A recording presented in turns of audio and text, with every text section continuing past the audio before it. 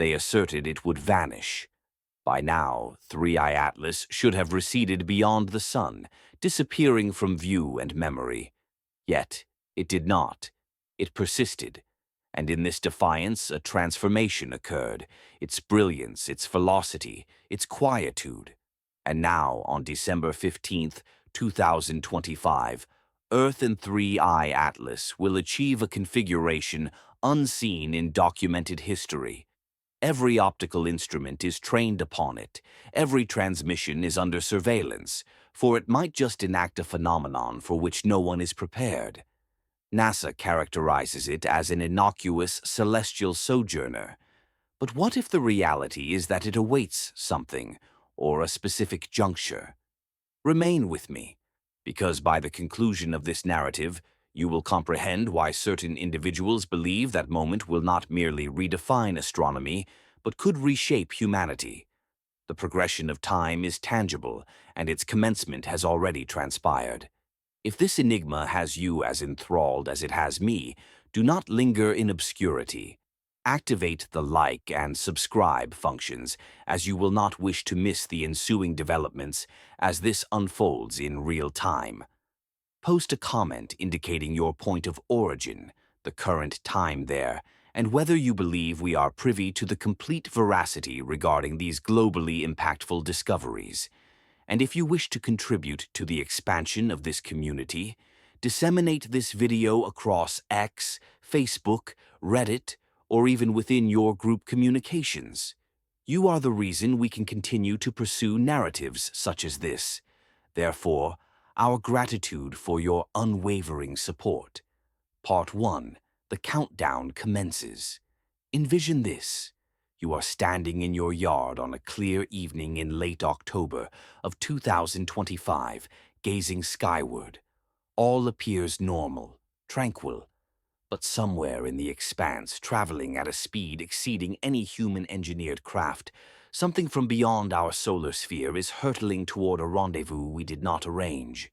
NASA advises complacency. The European Space Agency deems it routine.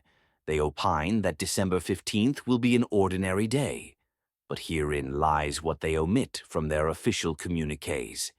This is what keeps amateur astronomers vigilant, repeatedly refreshing their telescope feeds, re-evaluating their computations.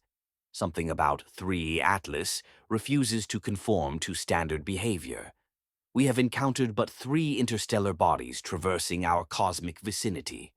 The inaugural instance was Oumuamua in 2017.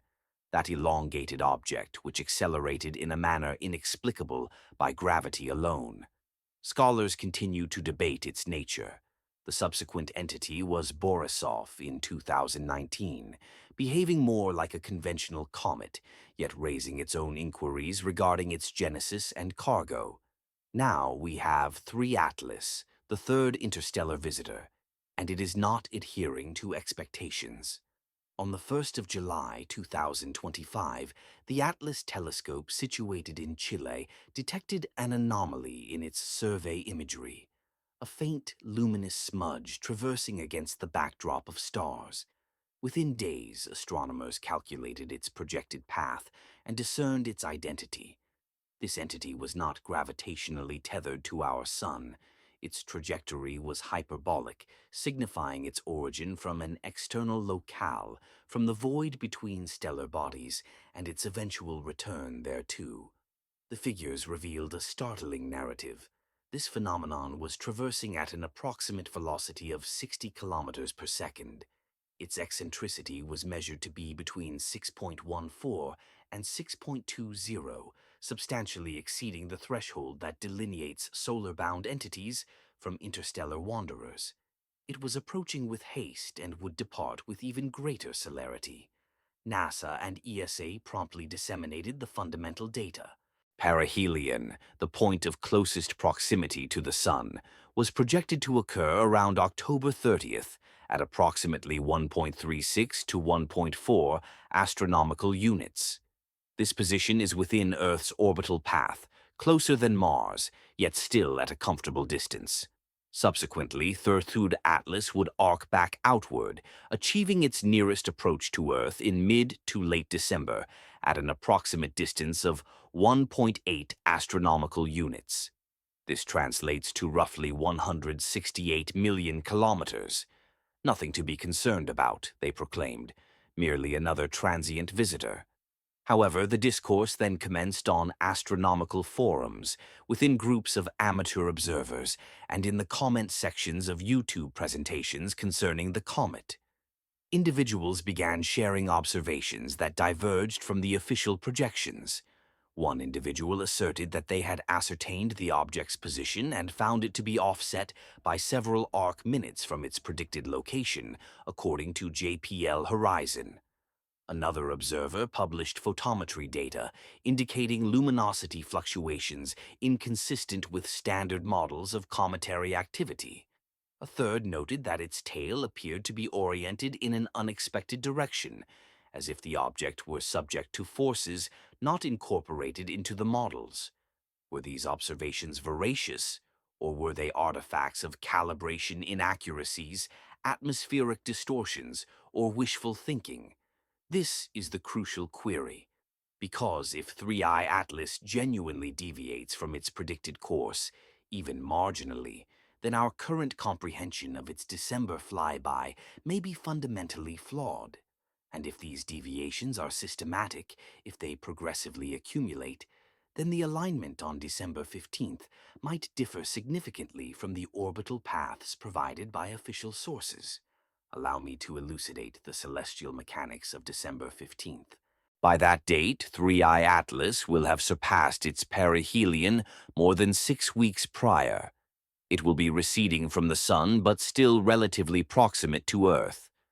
More critically, the alignment will be virtually precise. Extend a line from the Sun through 3 Atlas, and it will direct almost precisely toward Earth. We will be positioned downstream of the comet, situated within any residual wake it generates. If 3 Atlas has manifested a tail of ionized particles, if it has expelled gas and dust heated by its close solar passage, then Earth will be directly within the trajectory of this material. At a distance of 1.6 to 1.8 astronomical units, this remains a considerable separation, yet it is sufficiently close for certain phenomena to propagate. Radio waves would reach us in approximately 8 to 9 minutes. Charged particles propelled by the solar wind could traverse this interval within days to weeks. Even gravitational influences, though infinitesimally faint, would be technically quantifiable. Therefore, the question that no one wishes to articulate is this: what if December 15th is not devoid of consequence? What if the alignment precipitates an event we have not foreseen? I am not alluding to an impact. 3 Atlas is far too distant for such an occurrence. I am referencing something more subtle: an electromagnetic surge, a pulse of radio waves, a sudden intensification or dimming of light, a malfunction in our satellites, an inexplicable aurora at latitudes where such phenomena are typically absent. Something sufficiently minor to be dismissed as coincidence, yet anomalous enough to provoke contemplation. The official narrative is unequivocal and assured. 3 Atlas presents no peril. Its trajectory is thoroughly understood. The object is merely a comet, albeit one originating from another stellar system. December 15th will arrive and pass without incident. However, assurance and certainty are distinct concepts, and in the quiescent intervals between official statements and public pronouncements, there exists latitude for doubt. There exists scope for inquiry. There exists the potential that we are on the precipice of witnessing an unprecedented event without our full awareness. Part 2, the entity that defies convention. The officially recognized discovery date is July 1st, 2025, but the chronicle of 3 Atlas truly commences much earlier. When researchers revisited archival data from the Hubble Space Telescope, they encountered an unforeseen finding. The comet was already exhibiting activity, already generating a discernible coma of gas and dust when it remained situated at approximately 6.5 astronomical units from the Sun. This location is beyond Jupiter's orbit. Comets are not anticipated to behave in such a manner. The prevailing model postulates that they remain inert and frozen until they approach the Sun sufficiently for solar radiation to initiate the sublimation of their icy components. Yet, 3 Atlas was already active, already shedding material while still within the frigid outer expanses of the solar system. This pre-discovery activity conveys significant information. This entity is atypical. It is either composed of exceptionally volatile substances that sublimate at lower temperatures than conventional comets, or it possesses an internal heat source beyond our current comprehension, or it is not entirely a natural phenomenon.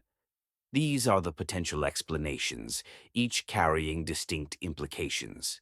Let us examine the pertinent numerical data.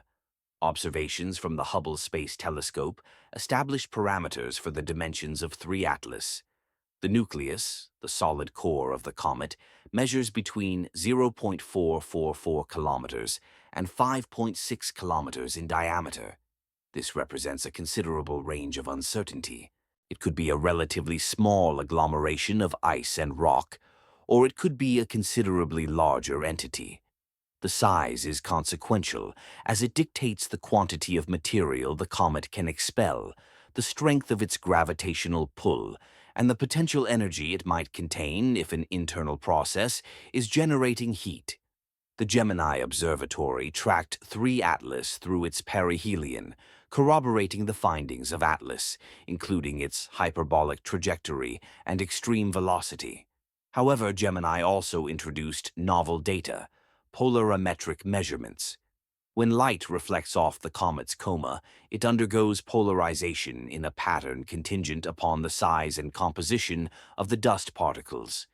3 Atlas exhibited an unusual characteristic: extreme negative polarization. This signature is indicative of dust grains possessing atypical optical properties, or a composition dissimilar to any known comet within our solar system. Now we arrive at the aspect generating considerable speculation: the observations by amateurs. Citizen scientists equipped with backyard telescopes and CCD cameras, who monitor celestial bodies like 3 Atlas and share their findings online. Commencing in October, certain observers began reporting discrepancies. One consortium claimed to have measured the comet's right ascension and declination coordinates, discovering offsets of several arc-minutes compared to the projected orbital path.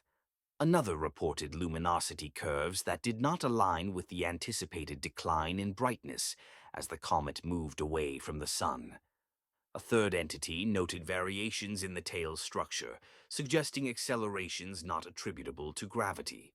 This is where the situation becomes complex. Amateur observations, while valuable, are also susceptible to errors. Atmospheric refraction can distort light and alter perceived positions. Calibration errors can compromise photometry. Telescope tracking inaccuracies can create illusory movement. Therefore, when an individual reports an arc-minute offset, we must pose the question: is this a genuine phenomenon, or is it a measurement artifact? The official ephemeris from JPL Horizons incorporates margins of error. Minor deviations are anticipated and normal. But what if these deviations are not minor? What if they are systematic and increasing? Let us perform the calculation. An arc-minute represents 1/60th of a degree. At a distance of 1.8 astronomical units, 1 arc-minute of angular deviation corresponds to a lateral displacement of approximately 780 kilometers. This is not inconsequential. If 3I Atlas is indeed 780 kilometers off its projected course, this indicates a substantial unmodeled acceleration. Over a period of weeks, a minuscule, continuous acceleration could result in precisely such a displacement. What could instigate such an acceleration? The most probable explanation is asymmetrical outgassing. When ice vaporizes on one facet of the comet's nucleus, it generates a jet that propels the nucleus in the opposing direction. This is a recognized phenomenon. We have observed it in numerous comets, but the magnitude is critical. For 3E Atlas to exhibit a deviation of hundreds of kilometers, the outgassing would need to be exceptionally vigorous or predominantly unidirectional. In such a scenario, the comet would be more active, more volatile, and more unpredictable than the prevailing models presuppose. Alternatively, another possibility exists. What if the deviations are not attributable to outgassing at all? What if another factor is at play?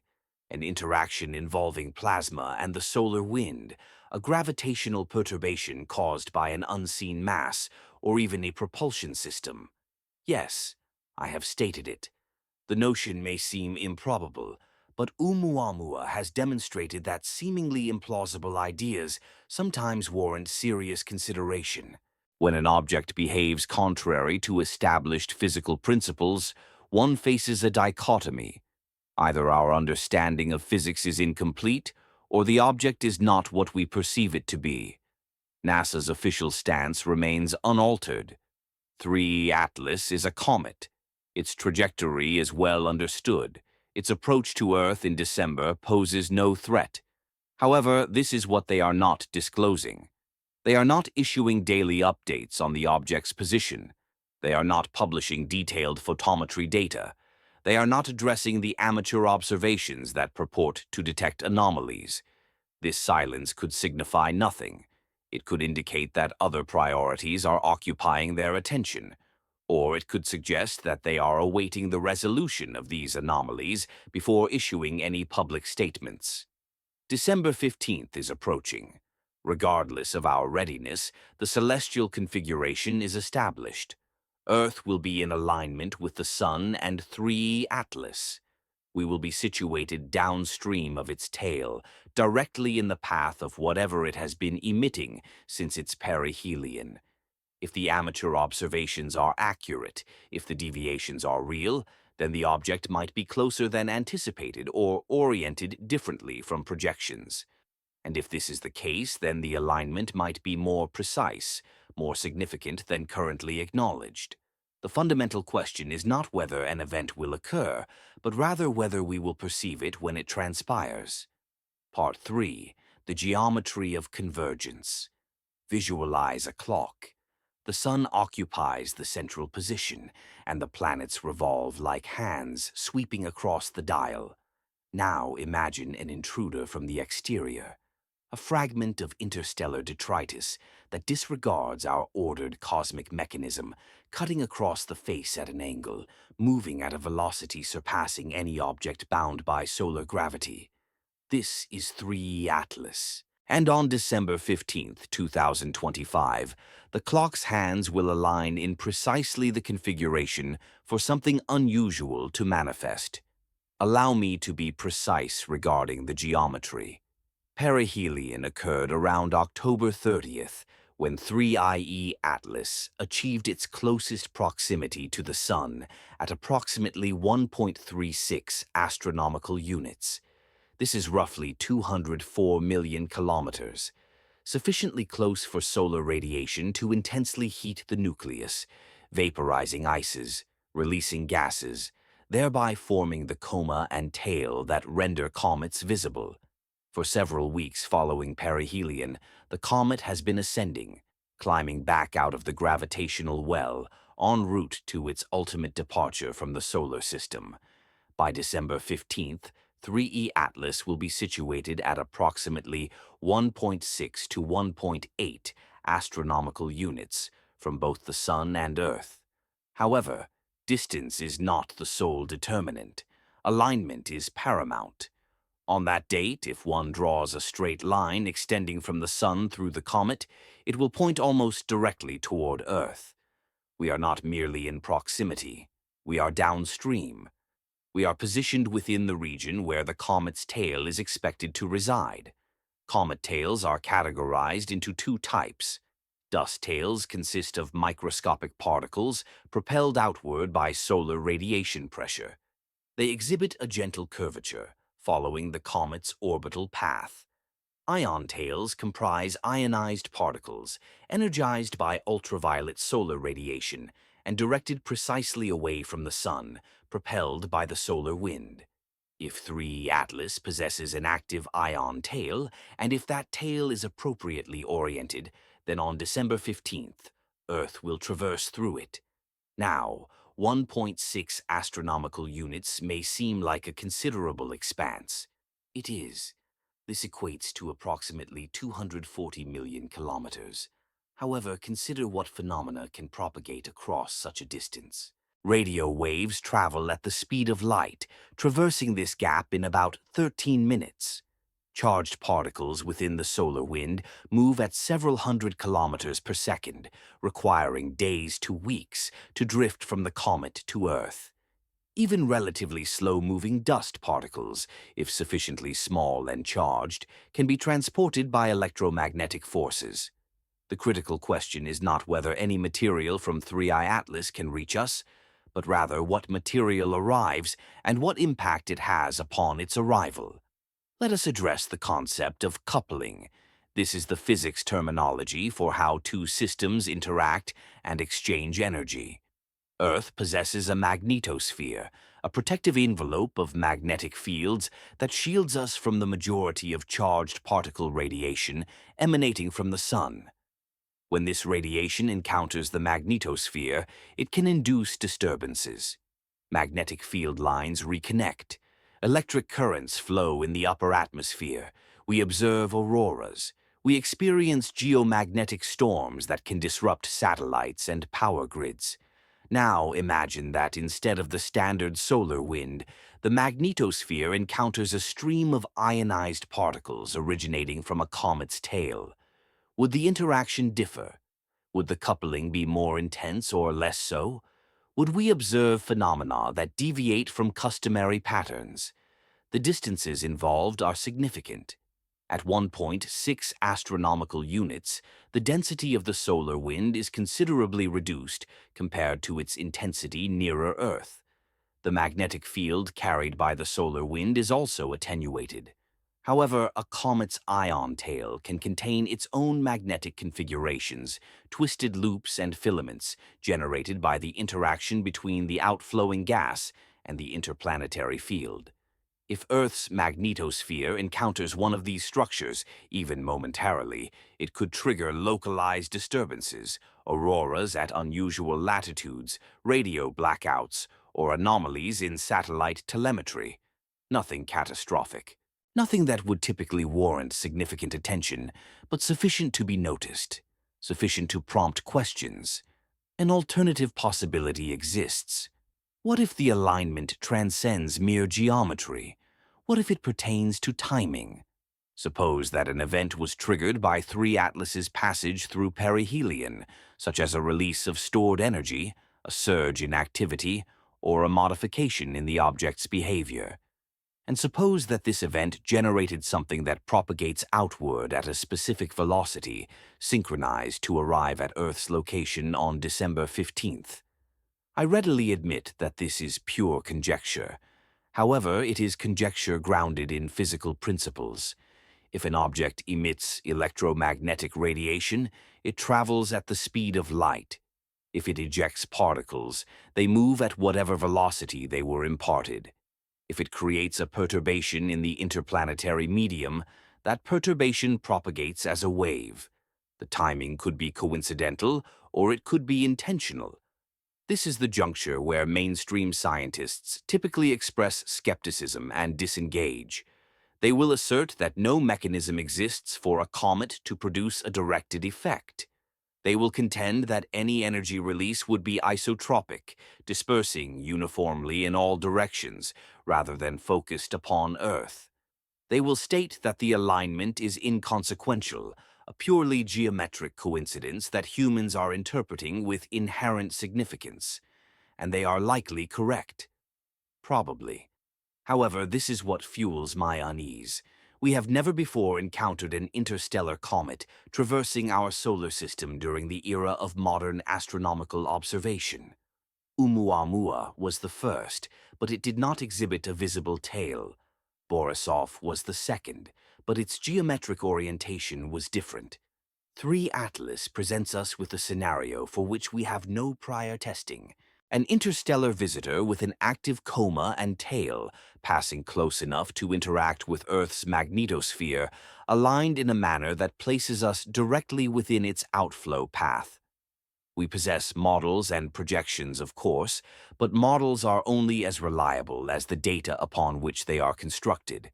And for this specific situation, we lack empirical data. December 15th represents a trial, not one we devised or desired, but a trial nonetheless. If no incident occurs, the models will be validated, and the skeptics will have prevailed. If an event transpires, however minor, then we will learn that our understanding of cometary interactions was incomplete. In either case, we gain knowledge.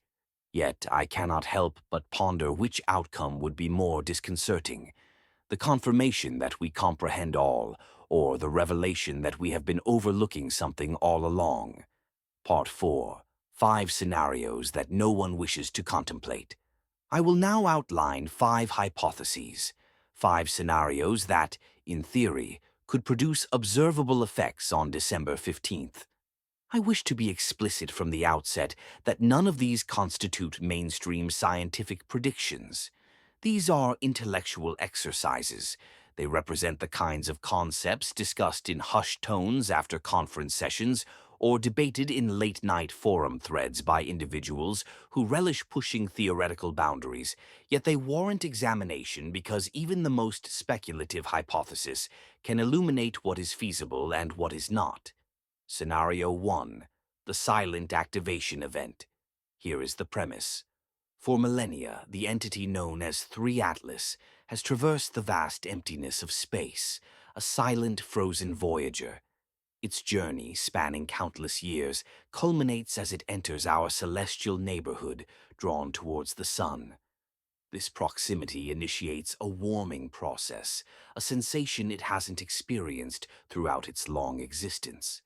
This newfound warmth awakens something profound within.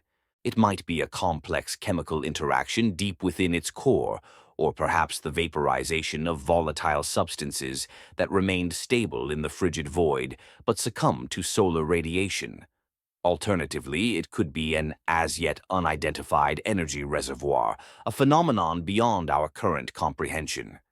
Regardless of its nature, this awakening triggers a perihelion event. The consequence of this activation is a remarkable output, a radiant burst of electromagnetic energy, a scattering of particles, all directed outward in a focused beam or a widening wave. Should the celestial alignment and timing be precise, this energetic emission will reach Earth on December 15th. What would be our observable experience? It hinges entirely on the character of this output. If it comprises radio waves, we would register a fleeting signal, potentially on frequencies we do not typically monitor. Should it be high-energy particles, our cosmic ray detectors and satellite radiation monitors would indicate a spike in activity. In the event of an electromagnetic pulse, we might witness transient disruptions affecting our communication networks or power grids. While none of these potential outcomes would be catastrophic, they would certainly be noticeable and defy conventional scientific explanations. Scenario 2 delves into gravitational and plasma resonance. This presents a more subtle, intricate interaction. The core idea posits that the specific cosmic alignment on December 15th establishes a unique configuration, rendering Earth's magnetosphere exceptionally susceptible to disturbances emanating from the interplanetary medium. Imagine the phenomenon of resonance in a musical instrument. Strike the correct frequency, and the entire structure begins to vibrate. Typically, Earth's magnetic shield is resilient and robust. However, under particular conditions, when the solar wind possesses a precise velocity and magnetic orientation, even a minor disturbance can precipitate a significant reaction. Now, let us consider the possibility that the ion tail of 3 Atlas carries its own embedded magnetic structures. If these structures were to interact with Earth's magnetic field in such a way as to strike that precise resonance point, the outcome would be a dramatically amplified geomagnetic response. Auroras would manifest at latitudes where they are typically absent. Ground-based magnetometers would record aberrant fluctuations. Satellites in specific orbital paths might experience increased atmospheric drag or electronic interference. Again, nothing apocalyptic, but sufficient to register in our data, prompting scientists to ponder the perplexing events. Scenario 3 explores fragmentation and an outgassing surge. Comets are inherently fragile entities, not solid, rocky bodies, but rather agglomerations of ice and dust bound by weak gravitational and cohesive forces. Occasionally, they disintegrate, a process accelerated by proximity to the Sun, where thermal stresses can fracture the nucleus. If 3 Atlas were to fragment near its perihelion, the resulting pieces would continue on slightly altered trajectories. Some of these fragments might expel gas and dust with greater intensity than the parent nucleus, creating temporary surges in the surrounding coma. If one of these bursts were to coincide precisely with the planetary alignment on December 15th, Earth might inadvertently pass through a denser than anticipated cloud of cometary debris. Satellites in low Earth orbit could encounter elevated atmospheric drag. We might observe an increase in meteor activity as smaller dust particles incinerate in the upper atmosphere. Optical telescopes could potentially detect a sudden brightening or a shift in the tail's morphology. This effect would be transient, lasting mere hours, perhaps days. Yet, within that brief window, 3 Atlas would exhibit behavior that deviates from our predictive models. Scenario 4 introduces the probe hypothesis. Here, we venture into speculative territory that many astronomers hesitate to discuss openly. However, given our current exploration, let us pursue this line of thought. Let us postulate that 3 Atlas is not an entirely natural celestial body.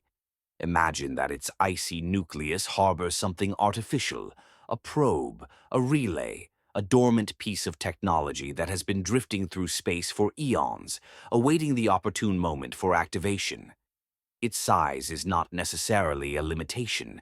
A device comparable to a car embedded within a comet nucleus spanning several kilometers would remain imperceptible to our telescopes. Furthermore, its activity need not be continuous. It might awaken upon detecting the presence of a star, or utilize solar radiation to replenish its power reserves. It could even await a specific geometrical configuration, such as the alignment on December 15th, before transmitting a signal, a beacon, a data packet directed towards a precise point in the cosmos. If Earth were to fall along this transmission path, we would indeed receive the signal. Its nature could be within the radio spectrum, optical, or something else entirely. It might be modulated to stand out distinctly from background noise, or be subtle enough to be detected only through dedicated observation. Researchers involved in the search for extraterrestrial intelligence, SETI, often contemplate such scenarios. A technological signature delivered directly to us by a wandering interstellar emissary. It represents the ultimate long shot, yet it is not physically impossible. Scenario 5, the optical reflection phenomenon, offers a far more mundane explanation, though it warrants consideration. Suppose that on December 15th, the angle between the Sun, 3 Atlas, and Earth achieves a specific value that maximizes the reflection of sunlight from the comet's coma. Envision it as a glint, akin to the brilliant flash observed when sunlight strikes an airplane's fuselage at the perfect angle.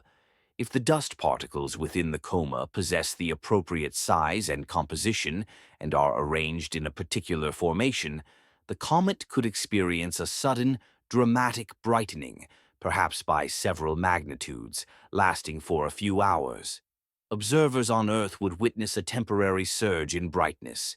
Social media platforms would likely ignite with reports of an unusual celestial luminescence.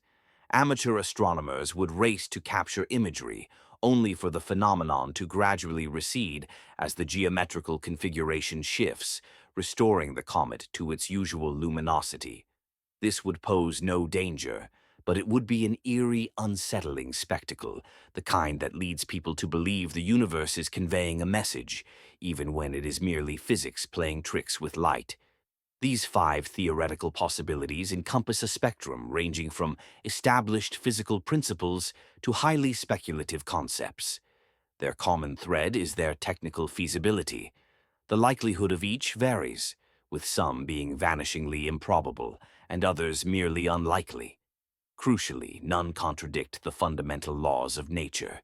This is precisely what renders December 15th a point of intrigue. It is not that we anticipate any of these scenarios unfolding, but rather that we cannot definitively exclude them.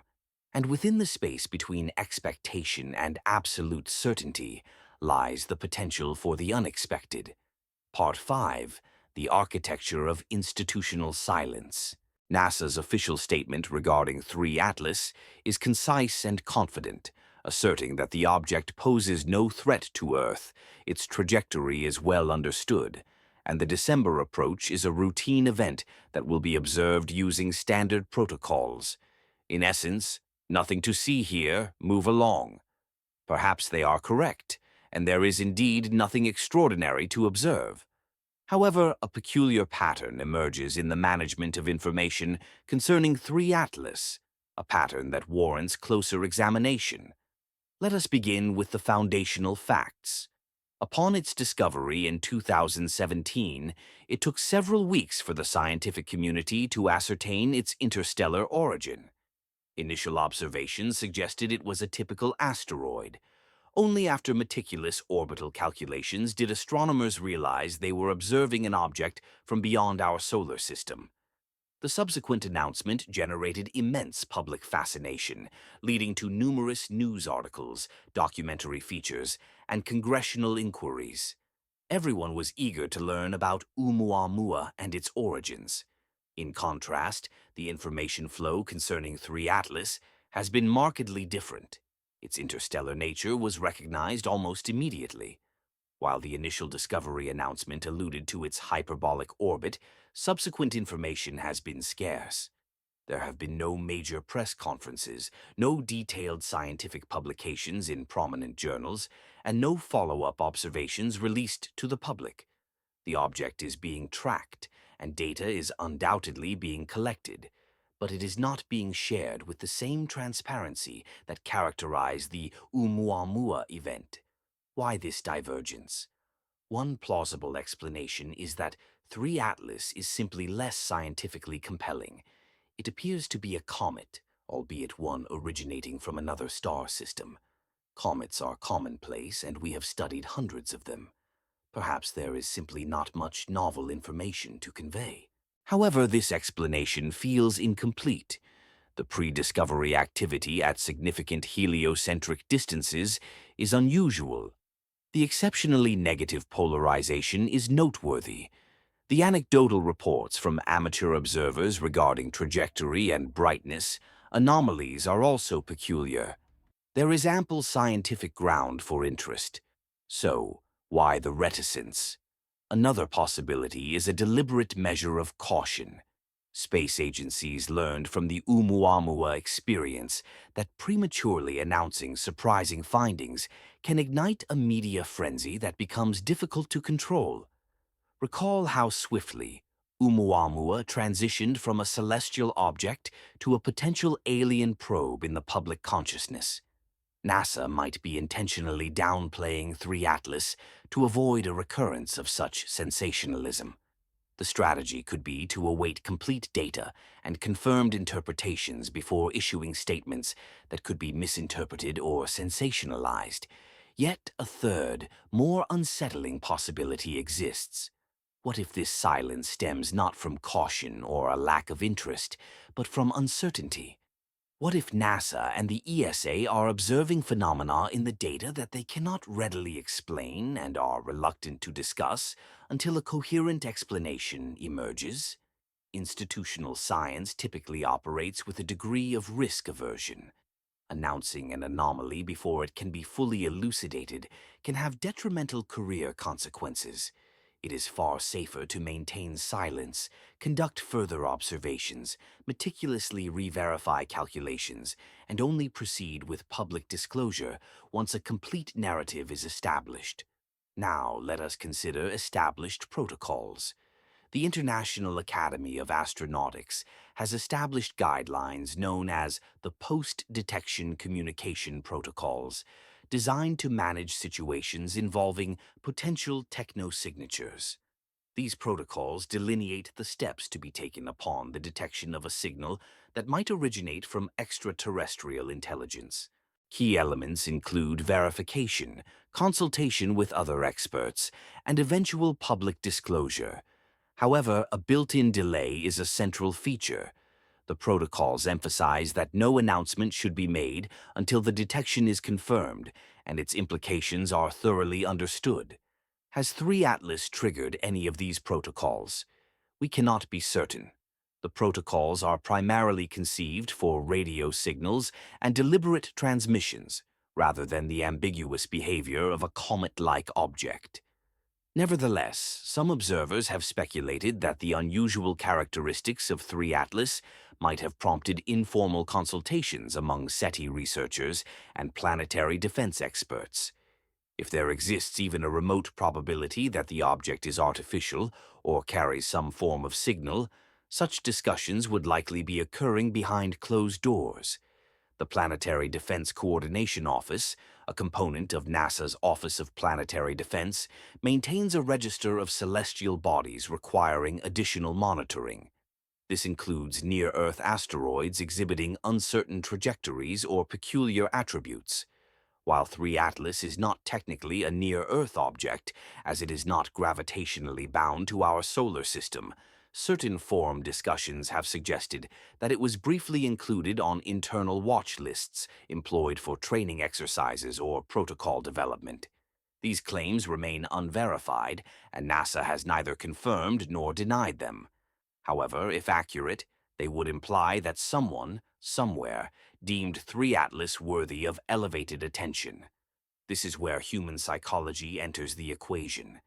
We are inherently pattern-seeking beings, inclined to perceive connections and meanings even when they are absent. When an institution remains silent, we tend to fill that void with speculation. The lack of information becomes interpreted as evidence of concealment. This is the genesis of conspiracy theories, not born from malice, but from the disparity between what we desire to know and what we are told. December 15th has emerged as a focal point in online discussions precisely because it represents a specific, tangible moment in time. If one is inclined to believe that something unusual is transpiring with 3 Atlas, a when is required.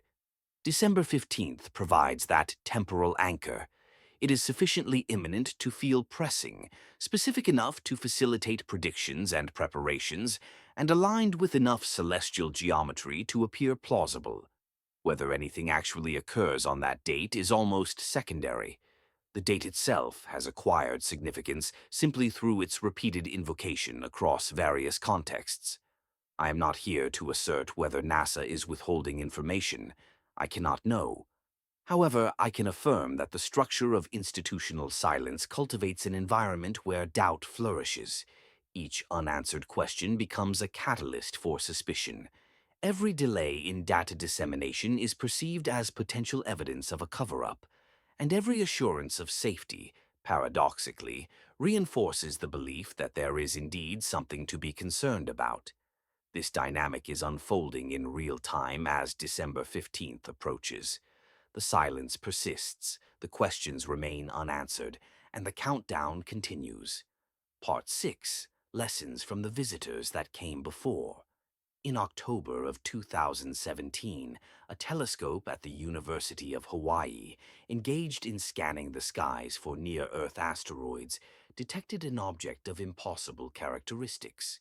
It was moving at such an extreme velocity and along such a steep trajectory that it could not be bound to our sun. The discovery team christened it Oumuamua, a Hawaiian term signifying scout or messenger, a name that would prove remarkably prescient. Oumuamua was unlike any celestial body previously observed. Its inferred shape was highly elongated, potentially 10 times its width. It displayed no visible coma or tail, thus deviating from the typical definition of a comet. However, as telescopes tracked its passage over the subsequent weeks, an unexpected observation emerged. The object was accelerating. This acceleration was not substantial, merely a slight additional impetus beyond what solar gravity alone would predict. This non-gravitational acceleration became the central enigma of Oumuamua.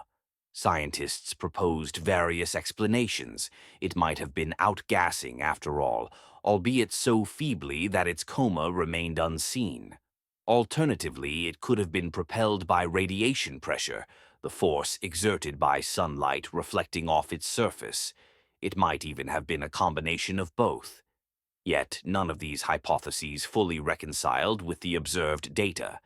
The acceleration appeared too significant for radiation pressure unless the object was exceedingly thin and lightweight. The absence of a visible coma rendered the outgassing hypothesis problematic. Consequently, scientific debate ensued. Some researchers, including Harvard astronomer Avi Loeb, posited that Oumuamua might possess artificial origins, perhaps a solar sail, a probe, or some other manufactured construct. The broader scientific community largely dismissed this notion, adhering to the principle that extraordinary claims necessitate extraordinary evidence, and the evidence for Oumuamua's artificiality was deemed insufficient. Nevertheless, this controversy imparted a crucial lesson. When an object behaves in unexpected ways, we must remain open to considering unconventional explanations, not as a primary recourse, but as potential possibilities that persist when conventional explanations prove inadequate. 2 years later, in August of 2019, amateur astronomer Gennady Boris discovered a second interstellar visitor using a telescope he had constructed himself. This object was unequivocally a comet, complete with a luminous coma and a tail. Spectroscopic analysis of its composition suggested similarities to comets originating from our own solar system. In many respects, Borisov resembled what scientists anticipated an interstellar comet to be, which was reassuring. It suggested that Oumuamua might have been an anomaly, an exceptional case, rather than an indication that our understanding of interstellar objects was fundamentally flawed. However, even Borisov held surprises. Its carbon monoxide to water ratio differed from that of typical solar system comets. Its nucleus fractured as it approached the Sun, fragmenting into multiple pieces that dispersed along its orbital path. And, akin to Oumuamua, it exhibited non-gravitational acceleration attributed to outgassing, although in Borisov's case, the mechanism was clear and uncontroversial. Now we encounter 3 Atlas, the third interstellar visitor. What insights does it offer? Firstly, it underscores the diversity of these objects. Oumuamua lacked a visible coma, while Borisov possessed a prominent one. 3 Atlas, in contrast, displays extreme polarization and unusual dust characteristics. Each object is distinct and challenges our assumptions in its own unique manner. Secondly, it suggests that non-gravitational accelerations are a common feature of interstellar objects. Both Oumuamua and Borisov exhibited this phenomenon. If amateur observations suggesting that 3 Atlas is also deviating from its predicted path are accurate, this would represent a consistent pattern across all 3 detected objects. Thirdly, it highlights the ongoing improvement in our detection and characterization capabilities.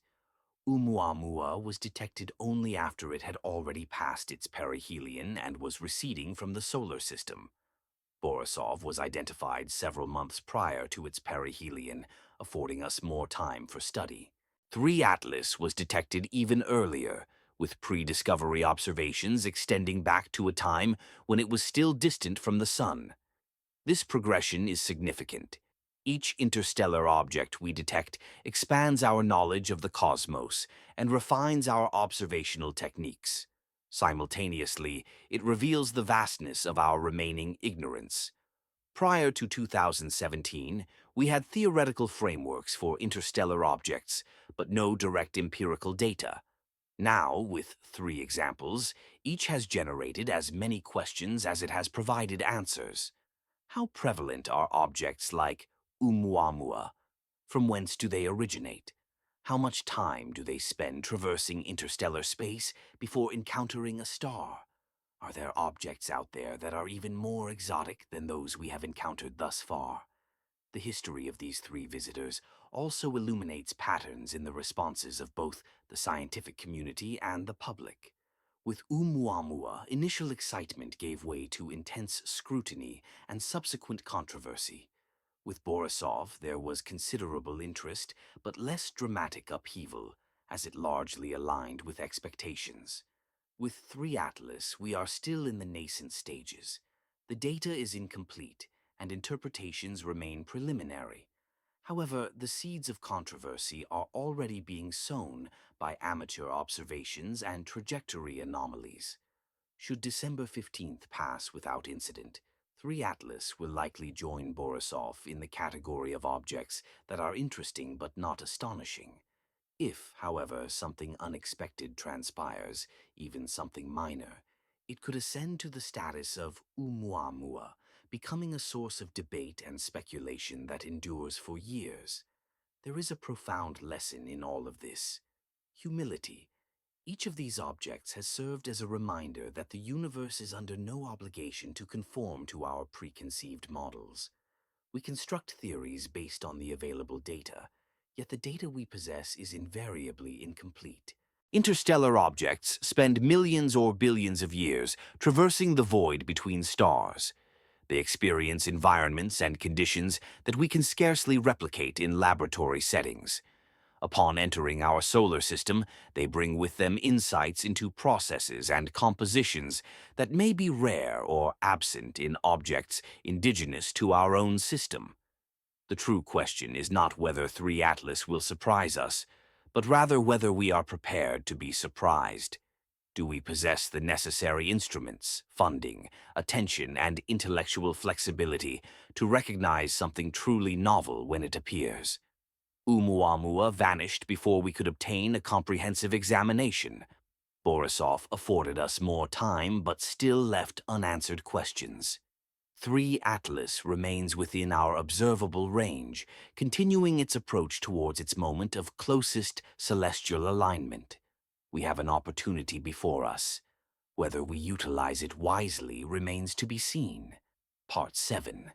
When amateur eyes perceive what professionals overlook, a quiet revolution is unfolding within the field of astronomy. It is not spearheaded by multi-billion-dollar space telescopes or governmental agencies. Instead, it is being driven by individuals with backyard observatories, modified digital cameras, and an unwavering passion for observing the night sky. These amateur astronomers are not professionals. They lack formal degrees or research grants. However, they possess something else: time, dedication, and a freedom from institutional constraints.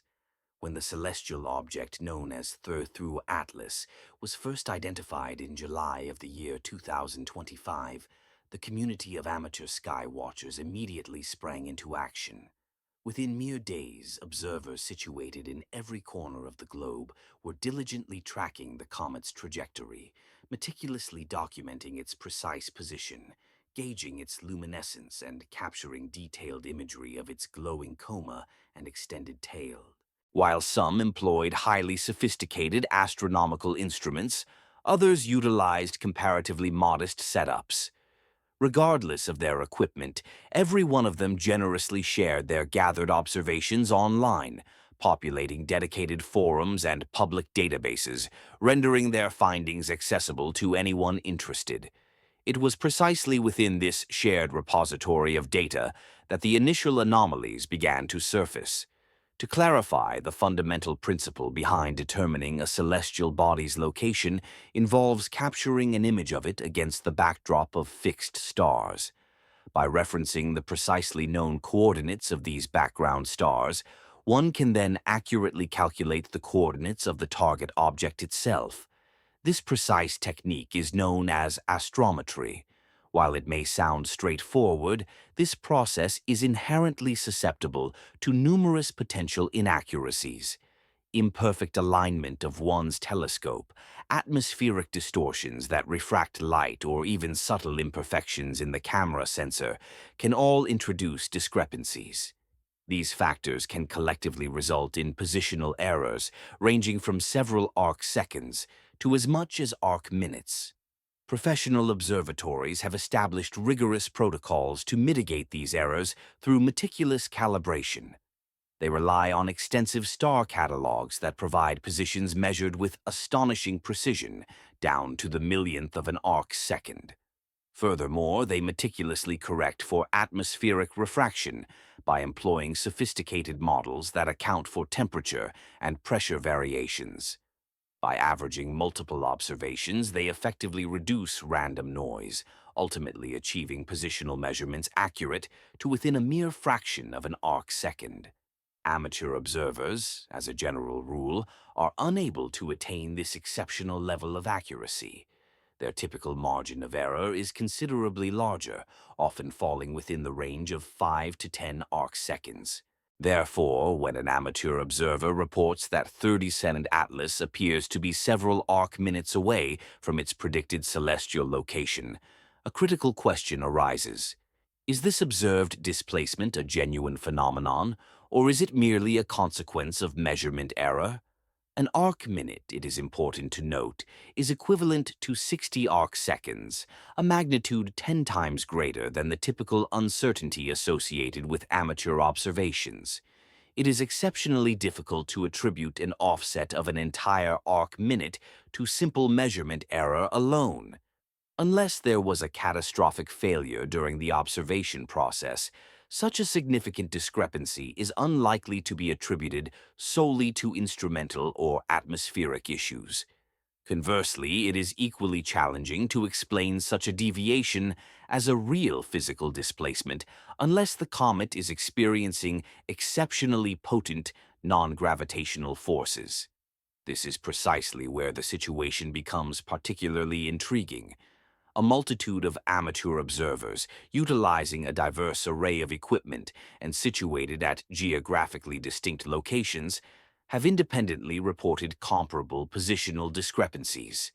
While not identical in every instance, these reported offsets exhibit a distinct correlation. They consistently indicate the comet being displaced in a similar general direction relative to the predicted positions derived from orbital calculations.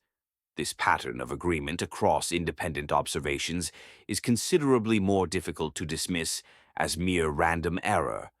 When multiple independent measurements converge, even if each individual measurement possesses some degree of noise, it strongly suggests that they are capturing a genuine physical reality. The fundamental question, then, becomes precisely what that reality might be. One plausible explanation is that the official orbital predictions themselves are inaccurate. The highly regarded predictions provided by JPL Horizons are based on orbital elements derived from early observations made when the comet was still a considerable distance from the Sun. If these initial measurements contained minor inaccuracies, or if the orbital calculations failed to adequately account for subtle non-gravitational accelerations, the predicted position of the comet could gradually drift away from its actual trajectory over time. By the month of December, such accumulated errors could potentially become quite substantial. Another compelling possibility is that Thruthund Atlas is indeed undergoing significant non-gravitational accelerations that were not factored into the initial orbital solution. Comets are notoriously prone to such behaviors. As they approach the Sun, the sublimation of ices releases jets of material, generating forces that can propel the comet's nucleus in unpredictable directions. While these effects are typically minor, their cumulative impact over extended periods can become significant. For a comet exhibiting the high level of activity that Threethud Atlas appears to possess, these accelerations could be substantial enough to manifest as observable deviations from its predicted path. Performing a basic calculation can illustrate this point. Let us assume that Threethun Atlas experiences a non-gravitational acceleration of 10 to the power of minus 5 meters per second squared. This represents an exceedingly small acceleration, roughly 1/millionth of Earth's surface gravity.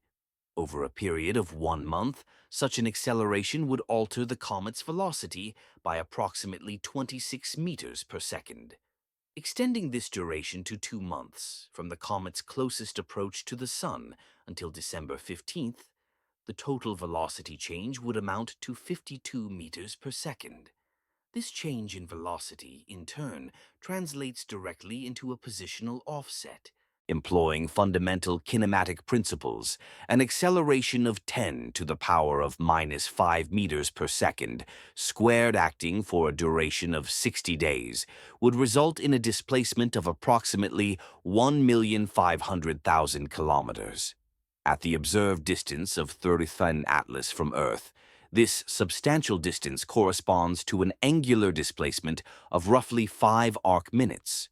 Therefore, a deviation on the scale of arc minutes is indeed a plausible consequence if the comet is experiencing a moderate level of non-gravitational acceleration. The crucial question then becomes whether this acceleration has been incorporated into the official orbital solution. If it has been accounted for, then the amateur observations are either erroneous or they are pointing towards phenomena that extend beyond typical cometary behavior. If, however, this acceleration has not been included, then the Jet Propulsion Laboratory will need to revise their ephemeris with more refined force models. Shifting our focus to photometry, which is the scientific measurement of an object's brightness, amateurs have been diligently monitoring the luminosity of Thursound Atlas since its initial discovery. Some of these observers contend that the observed light curve does not align with the predicted values. Specifically, they report that the comet is not dimming as rapidly as anticipated as it recedes from the Sun, or that it is exhibiting unexpected bursts of increased brightness. Predicting the luminosity of a comet is a notoriously challenging endeavor. It is influenced by a complex interplay of factors, including the size of the comet's nucleus, the quantity of dust and gas being expelled, the reflectivity of these ejected particles, and the specific geometrical arrangement of the observer relative to the comet and the Sun. Professional models typically utilize empirical formulas that have been calibrated based on the observed behavior of numerous past comets. However, each comet is a unique entity, and some conform closely to these established formulas, while others deviate significantly. Consequently, a discrepancy between predicted and observed brightness is not necessarily a cause for alarm. It might simply indicate that this particular comet is either more or less active than the average. The crucial nuance, however, lies in the nature of these brightness variations. If the deviations are systematic, if they exhibit discernible patterns that correlate with the comet's position in its orbit or its orientation, then this could signify something particularly noteworthy.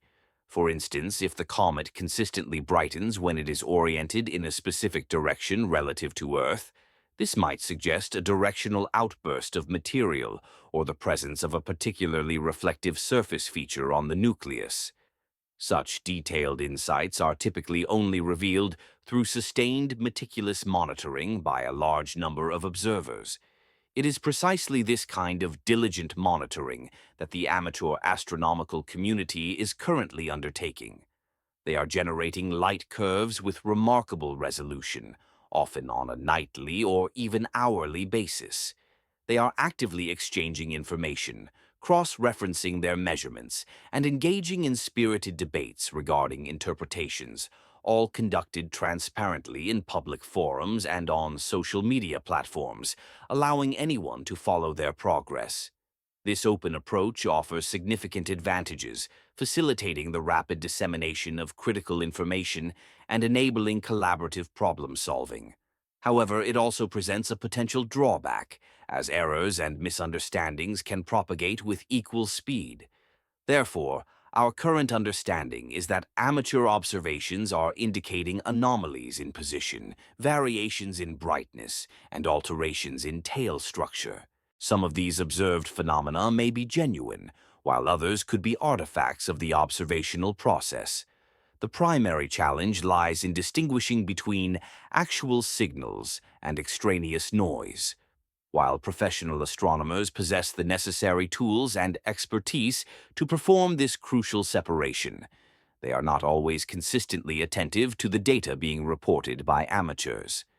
A discernible gap exists between these two scientific communities, characterized by a breakdown in communication and a deficit of mutual trust. Amateurs often feel that their meticulously gathered data is being overlooked by professionals, while professionals sometimes perceive amateurs as reaching premature conclusions without adequate calibration of their observations. The upcoming alignment on December 15th presents a valuable opportunity to bridge this divide. Should this celestial event produce any discernible observable effect, amateur observers will undoubtedly be present, meticulously recording, measuring, and instantly sharing their findings. Conversely, if no significant event occurs, they will document this lack of activity with equal rigor. In either scenario, their comprehensive observations will become an integral part of the historical record of Third-Through Atlas. And, perhaps most significantly, they might just capture something that the professional astronomical community has inadvertently missed. Section 8 delves into the physics of the seemingly impossible. Let us now consider the various forces that govern the cosmos. Everything that traverses space is subjected to either pushes or pulls from other entities. Gravity stands out as the most obvious of these forces. The sun's gravitational pull dictates the orbital paths of planets and comets, just as Earth's gravity faithfully holds the moon in its orbit. However, gravity is not the sole force at play. We also have radiation pressure, which is the momentum imparted by photons of light. Then there is the solar wind, a continuous stream of charged particles emanating outward from the sun. Furthermore, electromagnetic interactions, the complex interplay between magnetic fields and electric currents, exert their influence.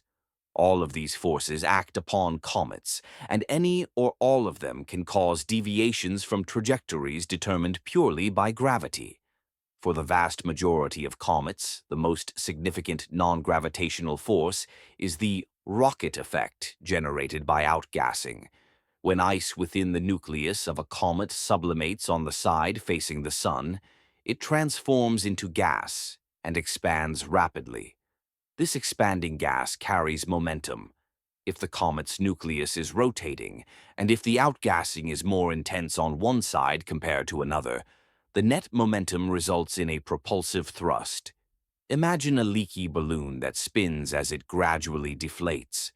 While this effect is relatively small on an individual basis, its cumulative impact over weeks and months can become substantial.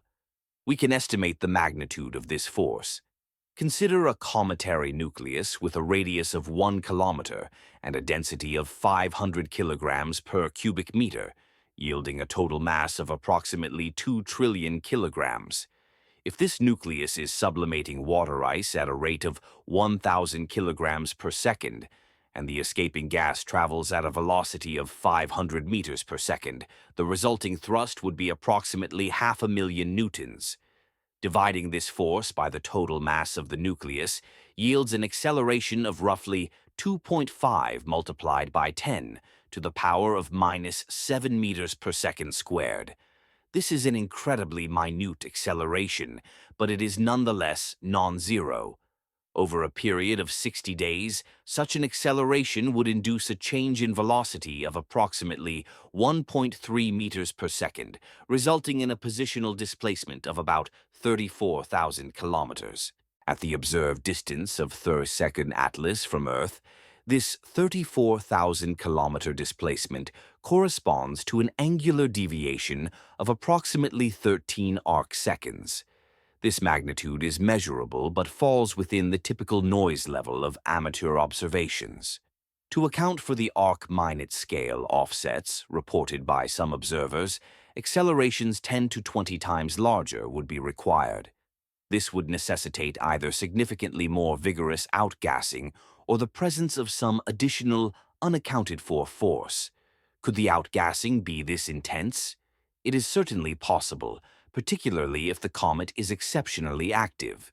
Recall the pre-discovery data that indicated activity occurring as far out as 6.5 astronomical units from the Sun.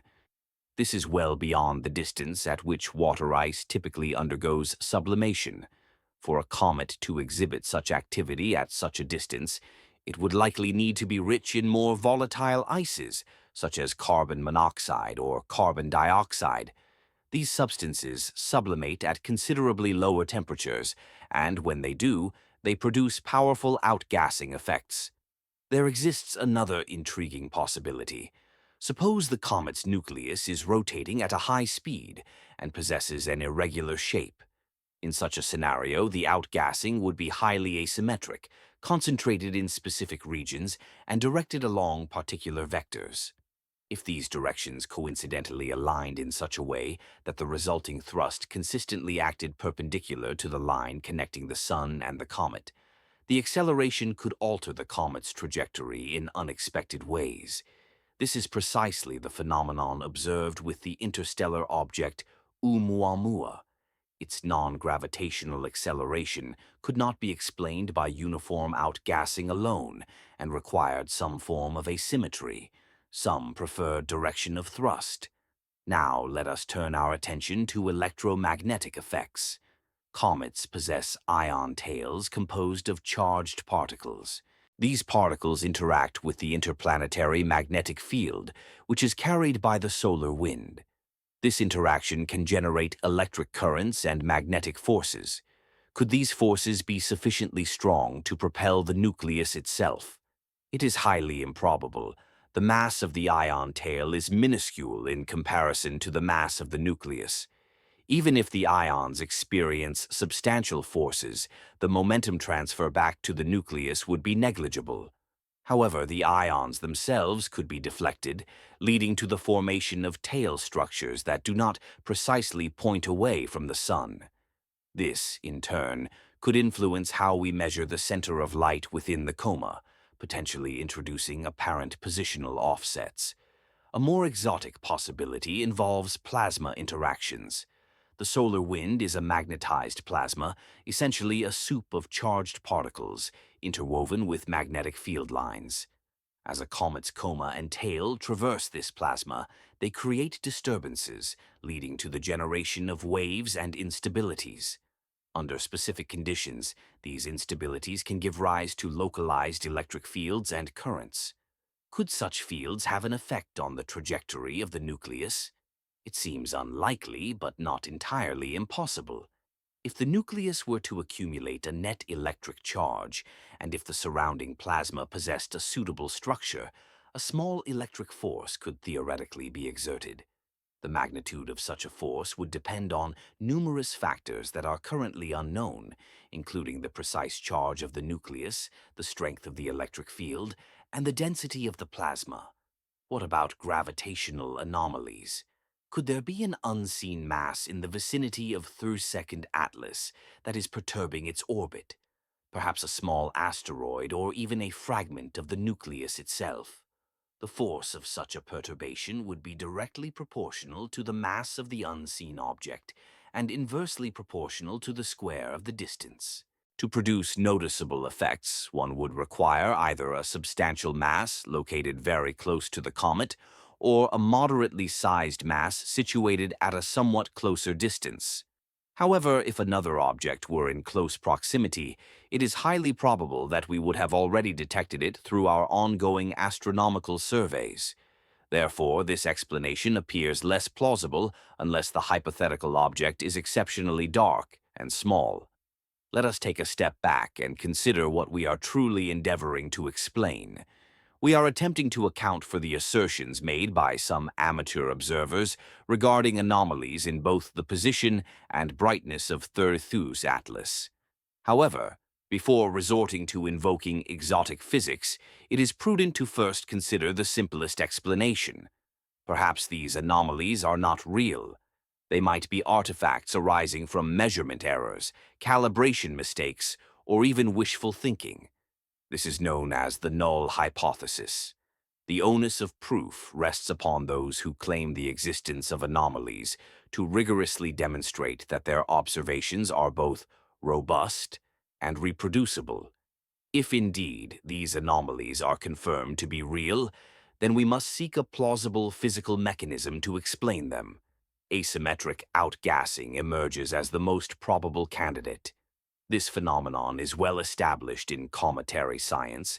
It occurs in numerous comets, and it possesses the potential to generate the observed magnitude of effect.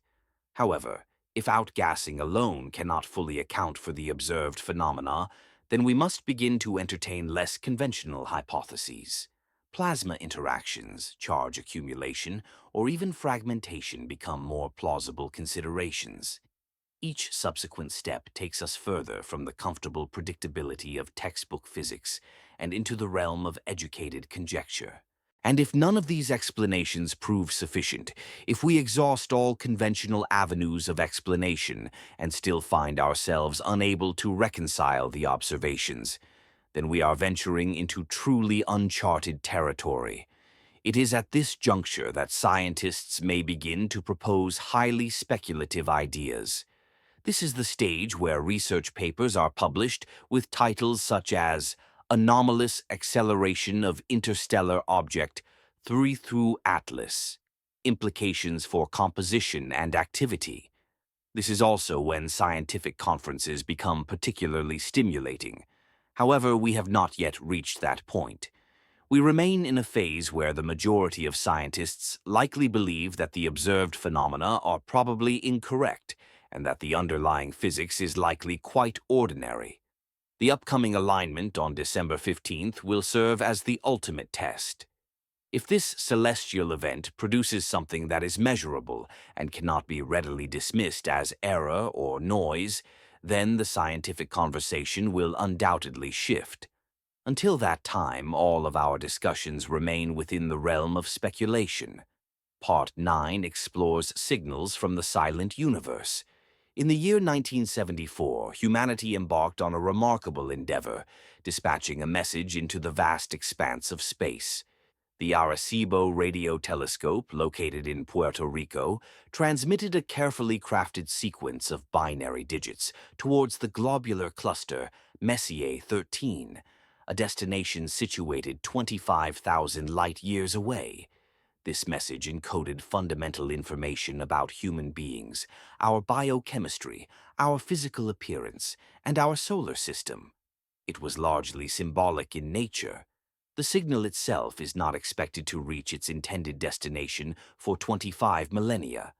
Even if it were to be received and an immediate response transmitted, it would take another 50,000 years for us to potentially hear back. Nevertheless, the act of transmission itself carried immense significance. It was a declaration. We exist, we are intelligent, and we are actively listening.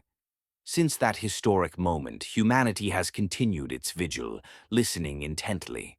The search for extraterrestrial intelligence, or SETI, has employed radio telescopes across the globe to meticulously scan the heavens for any signs of artificial signals. The underlying premise is quite straightforward. If another civilization were to attempt communication across the immense distances of interstellar space, radio waves represent a highly efficient medium for doing so. They travel at the speed of light, are not readily obstructed by interstellar dust or gas, and certain specific frequencies, such as the one associated with neutral hydrogen at 1.42 gigahertz, serve as universal beacons that any technologically advanced species would likely recognize. For decades, SETI has diligently listened, and for decades the overwhelming response has been silence. Oh, there have been occasional candidates, brief signals that initially sparked excitement. The most notable include the WOW signal in 1977 and BLC-1 in the year 2020. Each instance was met with a surge of anticipation, only to be followed by disappointment when the signal failed to repeat or was ultimately traced back to a terrestrial origin. The pervasive silence has become so profound that some scientists have begun to question whether our current search methodologies are indeed the most effective. Perhaps radio waves are not the preferred method of communication for advanced civilizations. It is conceivable that they utilize lasers, neutrinos, or even entirely novel methods that currently elude our comprehension. Alternatively, it is possible that they are not actively seeking to communicate with us at all. This leads to the concept of technosignatures. Rather than actively listening for deliberate transmissions, we actively search for indirect evidence of technology. This could include the detection of megastructures that eclipse starlight, the presence of industrial pollutants in the atmospheres of exoplanets, the waste heat generated from immense energy consumption, and, most pertinent to our current discussion, the existence of interstellar probes, objects designed to traverse the vast distances between stars, equipped with instruments, power sources, and potentially communication apparatus. Could 30 Atlas itself be such an object? Let us thoroughly examine the requirements for such a scenario. Firstly, a viable power source would be essential. While solar panels are effective in the vicinity of a star, they would be entirely useless in the void of interstellar space. Nuclear power represents a plausible alternative. A mere kilogram of enriched uranium possesses the capacity to generate approximately 24 million kilowatt-hours of energy, which would be more than sufficient to power a modest spacecraft for many years. Another option includes radioisotope thermoelectric generators, technology similar to that employed on the Voyager and Cassini spacecraft, capable of providing a consistent power supply for decades. Secondly, a robust communication system would be necessary to transmit signals across interstellar distances.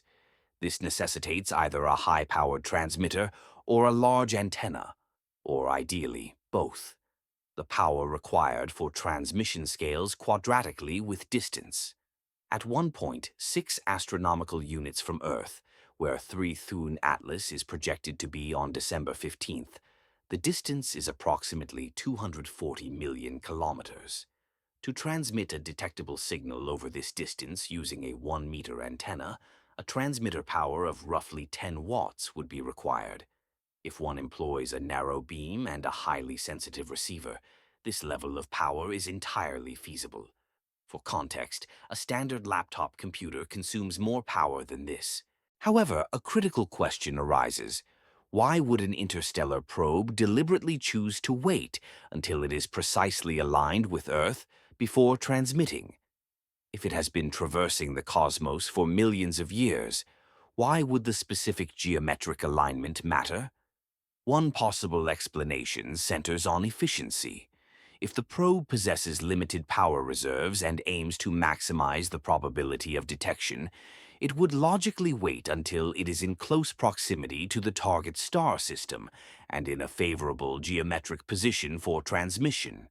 Transmitting during an alignment phase would significantly reduce the required power output and enhance the signal-to-noise ratio, akin to waiting for a clear line of sight. Another potential explanation involves a triggering mechanism. It is conceivable that the probe is programmed to activate upon detecting specific environmental conditions, such as the presence of a technologically advanced civilization, radio emissions emanating from the target planet, or simply a favorable geometric alignment that signals it is time to announce its arrival. All of this, of course, remains within the realm of speculation. Currently, we possess no concrete evidence to suggest that Through 3 Atlas is anything other than a conventional comet. However, this speculation is grounded in plausible engineering principles. What would a signal originating from Through Atlas actually look like? This would depend entirely on the sender's intentions and the message they wish to convey. A simple beacon signal would likely consist of a repetitive pulse transmitted at a specific frequency, modulated in a manner that clearly indicates artificial origin. Such a signal might encode prime numbers, mathematical constants, or a patterned sequence that could not arise through natural processes. A more complex message might contain encoded information, such as images, text, or data pertaining to the sender. The fundamental challenge lies in rendering such a message comprehensible to a recipient who may not share our language or our mathematical understanding. SETI researchers have grappled with this very problem for decades. The prevailing consensus is that any civilization capable of constructing an interstellar probe would possess the intelligence to ensure their transmitted signal is unequivocally artificial. They would likely employ redundancy, error correction codes, and universal concepts that transcend cultural boundaries. If we were to receive such a signal from 32nd Atlas on December 15th, its artificial nature would be immediately apparent. The pattern would be unmistakable. However, there is a profoundly unsettling aspect to consider. What if the signal is not intended for us at all? What if Through Atlas is merely a relay station, passing messages between distant nodes of a vast galactic network? In such a scenario, we would essentially be eavesdropping on a conversation to which we are not a participant. The signal might not be designed for easy interpretation. It could be encrypted or compressed in ways that render it indistinguishable from random noise to our instruments. We would detect the carrier wave, the undeniable evidence of transmission, but we would be incapable of comprehending its content. This particular scenario is simultaneously captivating and profoundly frustrating. It would definitively confirm that we are not alone in the universe and would provide irrefutable proof that interstellar communication is not only possible but actively occurring. Yet, it would also leave us feeling like outsiders, akin to primitives observing a conversation among adults without being invited to participate. Is that preferable to the absence of sound or not? To be perfectly honest, I'm unsure. There exists one additional facet to contemplate. What if the object designated 3 Atlas isn't actively transmitting, but instead acts as a reflector? Envision a civilization situated at an immense distance, desiring to establish communication with us, yet unwilling to endure a 50,000-year wait for a reciprocal exchange. They could ingeniously utilize an interstellar object as a mirror. Their approach would involve dispatching a signal towards this celestial body, precisely timed to coincide with the object's alignment with Earth. Upon arrival, the object would then reflect the signal back, which we would subsequently detect. The paramount advantage here is velocity. While light's journey from its source to the reflector might span years, its subsequent reflection would reach us within mere minutes. Consequently, the overall duration of communication would be considerably abbreviated compared to a direct transmission. For this sophisticated arrangement to function effectively, the reflector would necessitate exceptional reflectivity across the pertinent frequencies and precise orientation. That constitutes a substantial list of prerequisites. However, for a civilization possessing the technological prowess for interstellar engineering, such a feat might be entirely feasible. Perhaps they strategically populate their galaxy with an array of reflectors, positioned to enable communication with nascent civilizations as they develop their radio astronomy capabilities. December 15th might represent one such opportune window for communication, a singular moment when Earth, the object 3 Atlas, and a distant transmitter achieve perfect celestial alignment. I wish to state unequivocally, I do not subscribe to the notion that 3 Atlas is an extraterrestrial probe, nor do I anticipate any transmission from it on December 15th. The evidence supporting such extraordinary claims is demonstrably absent. Nevertheless, this hypothetical scenario serves to illuminate a crucial aspect of our endeavor to detect extraterrestrial intelligence. Our search extends beyond mere passive listening for a greeting. We are actively observing for any deviation from established norms, anything that suggests intentionality, design, or purpose. And when an interstellar object exhibits unexpected behavior, even if that behavior possesses a perfectly rational, natural explanation, our minds instinctively gravitate towards the possibility of encountering the imprint of another consciousness. That inherent impulse, be it fueled by hope or apprehension, is profoundly human. It is the very force that propels the search for extraterrestrial intelligence forward, despite decades of radio silence. And it is this impulse that imbues December 15th with a sense of significance, irrespective of its ultimate outcome. Part 10. The Machine That Learns to Perceive the Unconventional. A remarkable astronomical survey, initiated in the year 2023, bears the name Vera C. Rubin Observatory. Once fully operational, this facility will undertake the monumental task of photographing the entirety of the visible celestial sphere every few nights, effectively generating a cosmic time-lapse film.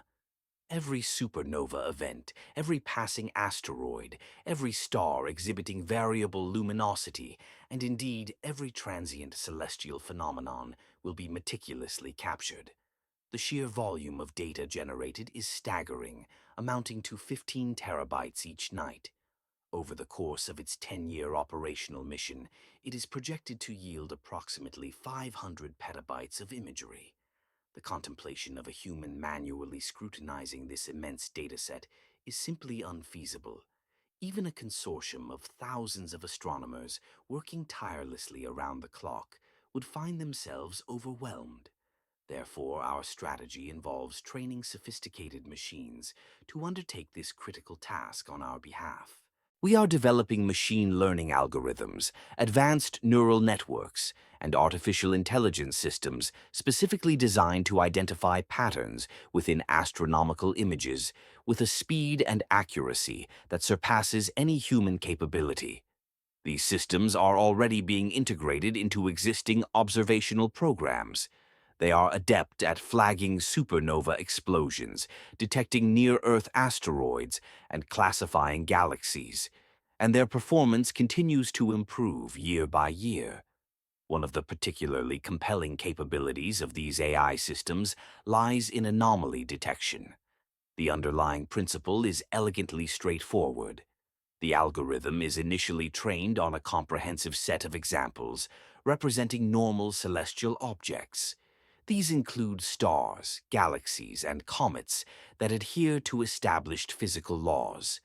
Subsequently, this trained algorithm is unleashed upon novel data, tasked with flagging any object or event that deviates from the expected patterns, anything that appears peculiar or anomalous. Crucially, the algorithm does not need to comprehend the precise nature or the underlying cause of the anomaly. Its sole requirement is to recognize that a particular entity or event is dissimilar to the others it has been trained to expect. This methodical approach has already yielded significant discoveries, including instances of unusual stellar variability, galaxies exhibiting peculiar structures, and transient events that defy classification within any known categories. This methodology proves particularly efficacious for objects like 3 Atlas, a celestial body identified as a comet exhibiting activity at considerable distances from the Sun, displaying extreme polarization characteristics and potentially deviating from its predicted orbital path.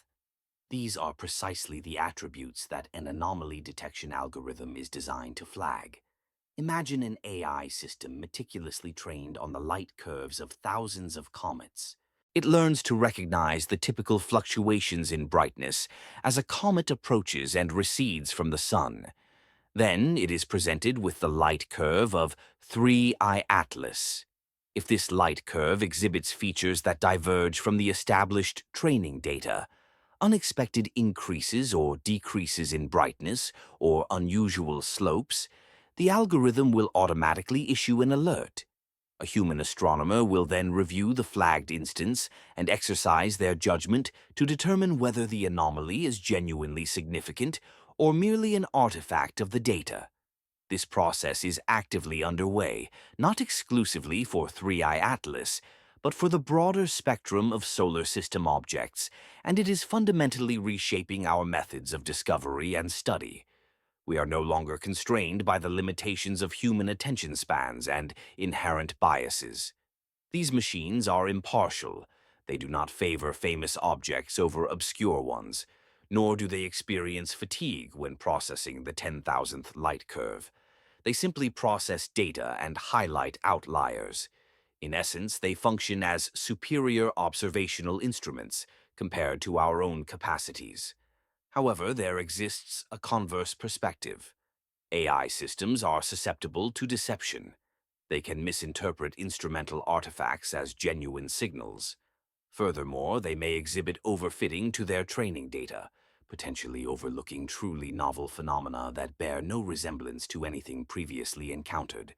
Compounding this, they often function as enigmatic black boxes. When a neural network designates something as anomalous, it cannot always articulate the specific reasoning behind its conclusion. It merely outputs a probability score.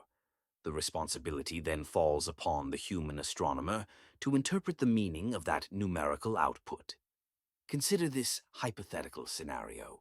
In the latter part of November in the year 2025, a machine learning system analyzing observations of 3I Atlas detects an anomaly. This might manifest as an abrupt fluctuation in brightness that deviates from established cometary activity models. Alternatively, it could involve a subtle shift in the tail's orientation, suggesting a change in the direction of gas and dust expulsion. Another possibility is a marginal positional offset that becomes apparent across multiple consecutive nights of observation. The algorithm will flag this occurrence. Subsequently, the flag is subjected to review, and the individual responsible for the review must render a critical decision. Is this a genuine phenomenon, or is it merely noise? If it is deemed genuine, what are the subsequent steps? Ideally, this would involve initiating follow-up observations, directing additional telescopes towards the object, acquiring higher-resolution imagery, conducting spectral analysis, and ultimately striving to characterize the anomaly and ascertain its underlying cause. However, astronomical observatories represent a finite resource. It is not feasible to unilaterally suspend all other observational priorities to focus on a single object unless its significance is definitively established. Consequently, a judgment call becomes imperative. How confident is the observer in the authenticity of the anomaly? How significant would its implications be if confirmed? And to what extent are they willing to allocate their limited observational time to a mere possibility? This is precisely where the date of December 15th assumes particular relevance. If the anomaly detection system flags something unusual concerning 3I Atlas in the weeks preceding the celestial alignment, that flag acquires amplified significance. It is no longer merely an isolated anomaly. It is an anomaly that might be progressively developing towards a pivotal event, a trigger, a climax. This narrative framework renders it more compelling, thereby justifying intensified follow-up efforts even in the face of scientific uncertainty. Now let us broaden this perspective beyond the specific case of Three-Eye Atlas. We are embarking upon an era where artificial intelligence systems will continuously monitor the cosmos, systematically identifying anomalies and generating alerts. A portion of these alerts will undoubtedly prove to be false positives. Others will represent genuine phenomena, yet prove to be mundane in nature. And a small, select fraction will encompass genuinely novel phenomena that promise to fundamentally alter our comprehension of the universe. The inherent challenge lies in effectively categorizing these alerts, discerning which ones warrant serious consideration and which can be disregarded.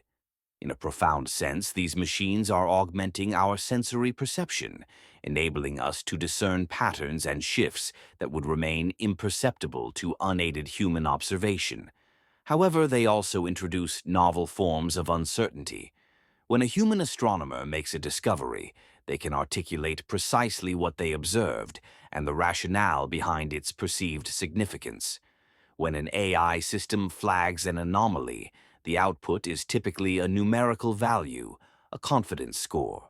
One must place trust in the algorithm's capacity to perform a logical function, despite the inability to fully scrutinize its internal reasoning processes. December 15th serves as a critical test case for this evolving paradigm. Should multiple AI systems, trained on disparate datasets and employing distinct architectural designs, all flag Three-Eye Atlas as anomalous in the days leading up to the alignment, this would constitute a powerful indicator.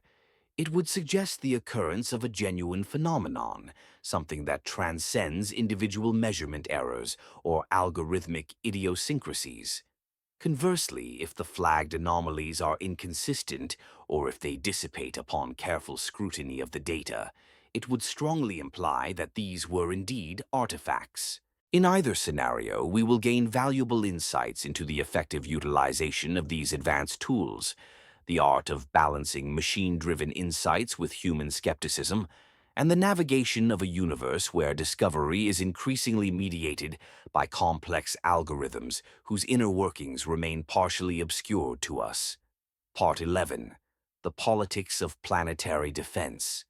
In the year 2013, an asteroid approximately 20 meters in diameter entered Earth's atmosphere above Chelyabinsk, Russia, and detonated with an explosive force equivalent to about 500 kilotons of TNT. The resulting shockwave caused widespread fracturing of windows across 6 cities. More than 1,500 individuals sustained injuries, primarily from flying glass fragments. This asteroid had gone undetected prior to its atmospheric entry. We received no prior warning, afforded no opportunity for evacuation, and possessed no means to deflect or neutralize it. The Chelyabinsk incident served as a stark wake-up call, unequivocally demonstrating Earth's inherent vulnerability and highlighting deficiencies within our detection systems. In response, space agencies globally augmented their monitoring programs for near-Earth objects. NASA established the Planetary Defense Coordination Office. The United Nations formally endorsed the establishment of the International Asteroid Warning Network, IAWN, and the Space Mission Planning Advisory Group, SMPAG. These international bodies are tasked with coordinating observational efforts, assessing potential risks, and devising strategies for future mitigation missions. Their fundamental objective is to prevent a recurrence of the Chelyabinsk event, or, should it occur again, to ensure we have adequate advance warning. Nevertheless, a fundamental tension exists at the core of planetary defense initiatives. The critical question is how to effectively communicate potential risks to the public without inducing widespread panic. If an asteroid is detected with a 1% probability of impacting Earth within the next 10 years, should this information be disseminated immediately? Or should its announcement be deferred until its orbital trajectory and impact probability are more precisely determined? Is it preferable to remain silent and manage the situation discreetly? Currently, there is no universal consensus on this matter. Different agencies adhere to distinct policy frameworks, and these policies are in a perpetual state of debate and revision. Enter the object 3 Atlas. While not classified as a near-Earth object in the strict technical sense, its closest approach to Earth is projected to be 1.8 astronomical units, a distance well beyond the threshold that defines a potentially hazardous asteroid. It represents an interstellar visitor, a category for which our collective experience is notably limited. The object Oumuamua, for instance, raised significant questions regarding the appropriate classification and communication protocols for such celestial bodies. Should they be treated akin to asteroids, comets, or perhaps as entirely novel entities? Some observers have posited that 3 Atlas was, even if only briefly, included on internal watch lists utilized by planetary defense organizations. This inclusion was reportedly not due to any perceived impact threat, but rather because its anomalous behavior warranted more intensive monitoring. These watch lists are typically maintained in a confidential capacity and are employed for training exercises, protocol refinement, and interagency coordination. Objects are added to and subsequently removed from these lists based on evolving observational assessments. The public generally remains unaware of these lists unless a situation escalates to the point of a formal warning. If 3 Atlas were indeed part of such a list, what would that signify? Most likely it would denote nothing overtly alarming. It would simply indicate that some entity, somewhere, deemed the object's trajectory or characteristics sufficiently uncertain to warrant additional scrutiny. Perhaps the intention was to practice observational protocols, or to assess the speed at which orbital data could be gathered and refined. Alternatively, it might simply reflect a cautious approach. However, within the realm of conspiracy theories, inclusion on a watch list can readily be construed as evidence of concealed information, proof that authorities possess knowledge beyond what they are disclosing. Furthermore, there is the pertinent issue of disclosure protocols pertaining to potential technosignatures. The SETI community has developed post-detection protocols outlining the requisite steps to be taken upon the detection of a signal potentially originating from an extraterrestrial source. Key tenets of these protocols include rigorous verification prior to any public announcement and extensive consultation with relevant international bodies. However, these are merely guidelines, not legally binding statutes. There is no enforcement mechanism in place, and they were primarily conceived with radio signals in mind rather than the ambiguous behavior of physical celestial objects. If 3i Atlas were to exhibit characteristics suggestive of an artificial origin, who would bear the ultimate responsibility for deciding whether and when to make such a revelation? Would it be NASA, the European Space Agency, ESA, the International Astronomical Union, IAU, or the United Nations?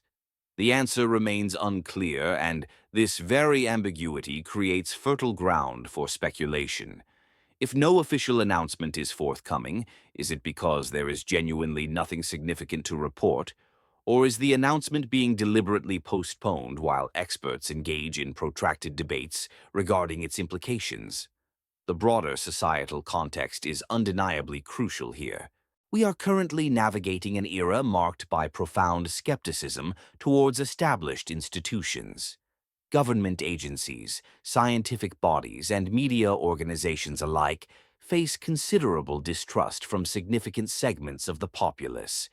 When these institutions assert that there is no cause for alarm, a substantial portion of the public interprets this as a deliberate attempt to conceal information. This dynamic is readily observable in responses to pandemics, in the discourse surrounding climate science, and in the forecasting of space weather. And it is precisely this dynamic that plays out in the context of 3 Atlas. From a policy standpoint, the central challenge lies in achieving a delicate equilibrium between transparency and responsibility. Excessive transparency disseminated too early can engender misunderstanding and fear. Conversely, insufficient transparency or disclosure delivered too late can erode public trust and foster the proliferation of conspiracy theories. The ideal scenario involves disseminating accurate, timely information conveyed in a manner that the general public can readily comprehend. However, attaining this ideal is inherently difficult when the scientific understanding of the phenomenon itself remains uncertain and is continuously evolving. December 15th stands at the nexus of all these complex tensions. It represents a specific date, a focal point in time when a particular event may or may not transpire. If various agencies have been diligently tracking anomalies in 3I Atlas's behavior, then December 15th would naturally serve as a critical juncture, a moment to ascertain whether previous projections hold true or if an unforeseen development occurs. Should something indeed manifest, even if it appears minor and ultimately explainable, the pressure to disclose the findings will be immense. Social media platforms will undoubtedly erupt with activity. Amateur astronomers will eagerly share their observational data, and the narrative will spread organically, irrespective of official desires. Conversely, if nothing extraordinary occurs, the ensuing silence will be interpreted through multiple lenses. Skeptics will declare, "We told you so," dismissing all prior speculation as unfounded. Proponents of extraordinary theories will contend that the event was deliberately suppressed or that its true ramifications are being concealed. The agencies themselves will likely opt for silence, preferring to allow the non-event to fade from public consciousness without further comment. What I find particularly captivating is how this situation starkly illuminates the limitations of our current governance structures when confronted with cosmic phenomena. We possess established protocols for addressing known threats, such as asteroid impacts. We also have protocols in place for evaluating potential extraterrestrial signals. However, we lack established protocols for navigating ambiguous situations where an object exhibits peculiar behavior without posing a direct threat. These are scenarios characterized by scientific uncertainty, yet high public interest, where the distinction between a natural phenomenon and an artificially constructed object becomes blurred.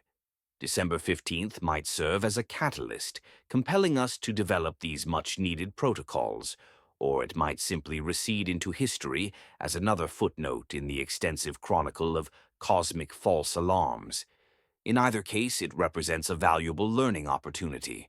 Part 12. When the Sun exhibits erratic behavior. The Sun is not a quiescent, predictable celestial body. It is, in fact, a tempestuous sphere of plasma, interwoven with magnetic fields that twist and contort, much like elastic bands stretched beyond their limits. Periodically, these magnetic fields discharge their stored energy in cataclysmic events known as solar flares and coronal mass ejections. These eruptions propel billions of tons of charged particles into the vacuum of space at velocities ranging from several hundred to over 1,000 kilometers per second. Upon reaching Earth, these particles interact with our planet's magnetic field, engendering geomagnetic storms. For the most part, these storms are minor in their effects. They typically manifest as spectacular auroral displays and may cause transient disruptions to radio communications. However, on rare occasions, they can be severe. The Carrington event of 1859, the most powerful geomagnetic storm ever recorded, produced auroras visible as far south as the Caribbean and caused telegraph systems to ignite. A storm of comparable magnitude occurring today could inflict substantial damage on satellites, disrupt global positioning systems, and disable power grids across entire continents. The fundamental challenge lies in accurate prediction.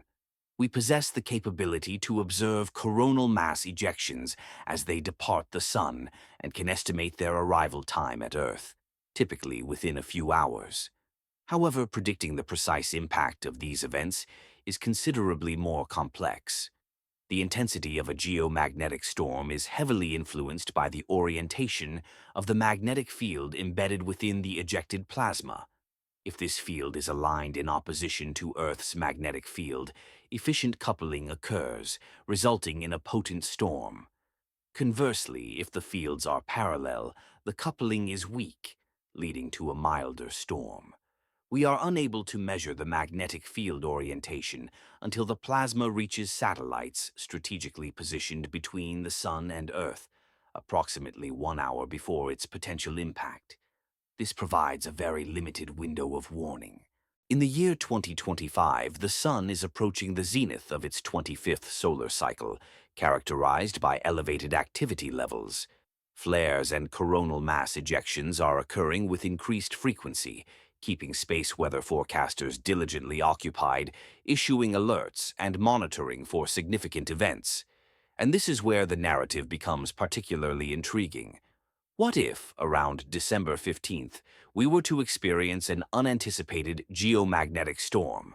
Specifically, what if a coronal mass ejection were to arrive at Earth concurrently with the precise celestial alignment involving the object 3 Atlas?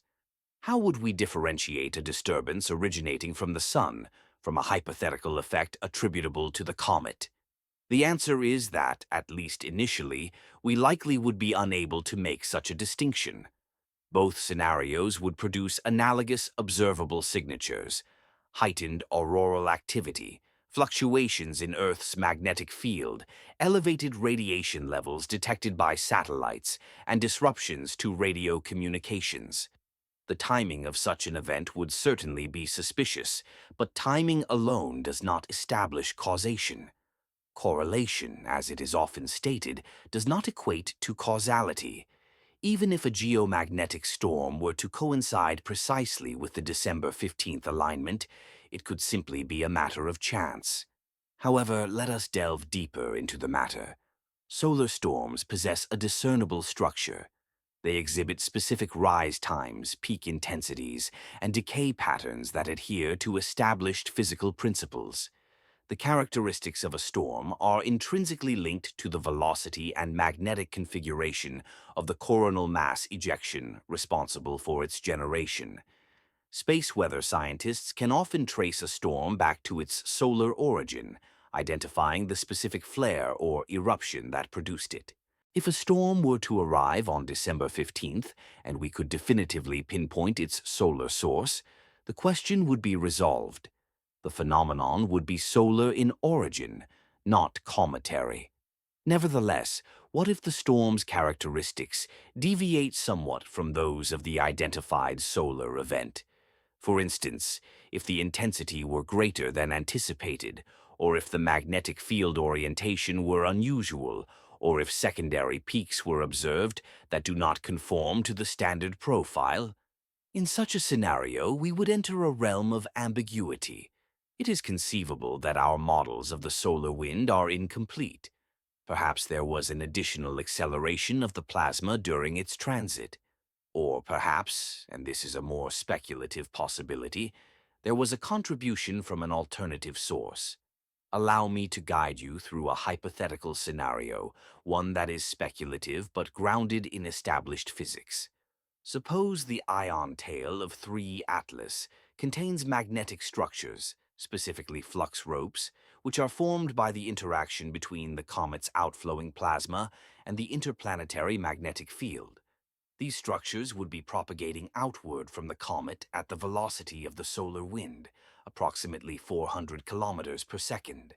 On December 15th, Earth would be positioned downstream of the comet at a distance of roughly 1.6 astronomical units, equivalent to approximately 240 million kilometers. Traveling at 400 kilometers per second, material released from the comet would require approximately 7 days to reach Earth. Now let us postulate that around December 8th, approximately 1 week prior to the alignment, the comet experiences a sudden surge in activity. This could manifest as an outgassing burst, a fragmentation event, or any phenomenon that releases a substantial volume of ionized material into its tail. This ejected material would then become entrained within the solar wind and propelled towards Earth. By December 15th, when the geometric alignment is optimal, this intensified plasma stream would reach Earth's magnetosphere. Concurrently, the Sun, by chance, launches a coronal mass ejection. While not directly aimed at Earth, its periphery would brush against our magnetosphere. The confluence of these two distinct events, the solar and the cometary, arriving simultaneously, could result in a geomagnetic disturbance that is either more intense or more complex than what the solar contribution alone would produce. Would it be possible to detect the cometary contribution? Possibly. If we had spacecraft positioned upstream of Earth, actively monitoring the solar wind, they might detect anomalies in its composition. The interstellar visitor's gaseous envelope might possess a distinct elemental and isotopic makeup compared to our Sun's plasma. It's conceivable it carries a richer concentration of carbon or nitrogen, perhaps revealing spectral markers of cometary molecules. Should sensitive instruments be tuned to detect these specific signatures, they might indeed be observed. However, herein lies the crux of the issue. Our current observational capabilities are not geared towards such detection. The spacecraft deployed within the solar wind are engineered to track solar emissions, not contributions from comets. They primarily gauge overarching plasma characteristics such as density, speed, and magnetic field intensity, and do not typically perform in-depth compositional analysis. Consequently, any cometary signature, if present, could easily pass unnoticed. Any ensuing atmospheric disturbance would be solely attributed to a solar event, and the 15th of December would transpire without anyone realizing that 3I Atlas had made a modest yet measurable impact on Earth's space environment. This is the frustrating paradox of ambiguous occurrences. Even when they transpire and manifest tangible effects, they can be obscured by other phenomena or overlooked due to our lack of readiness for their detection. Scientific observation is not an infallible process. We perceive what our instruments are designed to register and interpret these perceptions through the framework of our existing models and preconceived notions. If an effect falls outside this established paradigm, it can become imperceptible. There is an additional perspective to contemplate: the possibility of erroneous positive readings. Predicting space weather is an imprecise scientific endeavor. Occasionally, forecasters anticipate a significant storm, only for nothing to materialize. The coronal mass ejection might bypass Earth, or its magnetic field orientation may prove unfavorable, or it might dissipate en route. Conversely, a storm can arrive with minimal forewarning if the solar eruption originated on the far side of the Sun, only becoming discernible as it crossed into our line of sight. If forecasters predict heightened geomagnetic activity for the 15th of December and it fails to materialize, what implications arise? It could signify an inaccurate prediction, or it might suggest an alternative explanation. Perhaps the anticipated solar storm was indeed real, but it was neutralized or diverted by plasma emanating from 3I Atlas.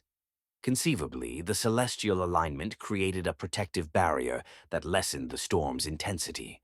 While this remains highly speculative, it effectively illustrates the inherent difficulty in interpreting null results.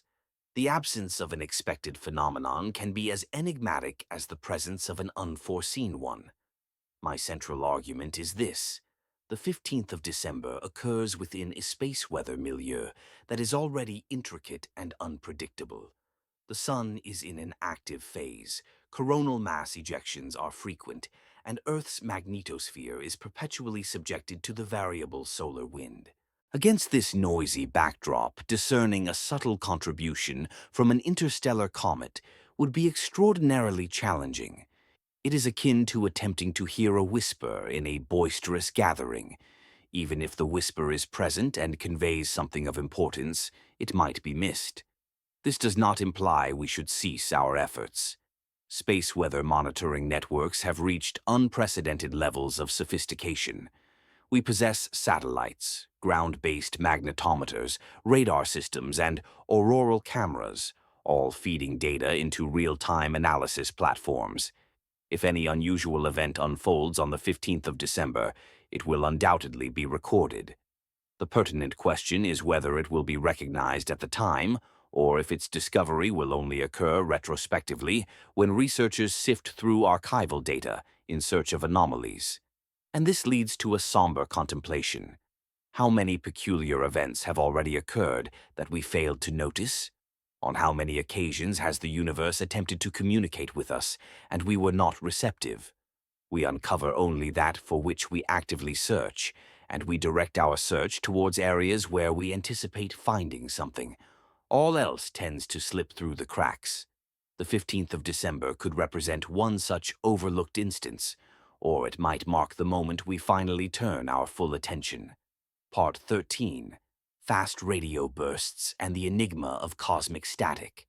In 2007, astronomers examining archived data from the Parkes Radio Telescope in Australia made a discovery that defied expectations. They identified a radio wave pulse lasting mere milliseconds, yet possessing an energy output equivalent to the Sun's entire daily emission. The pulse exhibited a characteristic dispersion pattern, wherein different frequencies arrived at slightly staggered intervals, indicative of its passage through substantial quantities of ionized gas. The conclusion was unavoidable. This pulse originated from far beyond our galaxy, from a distance of billions of light years.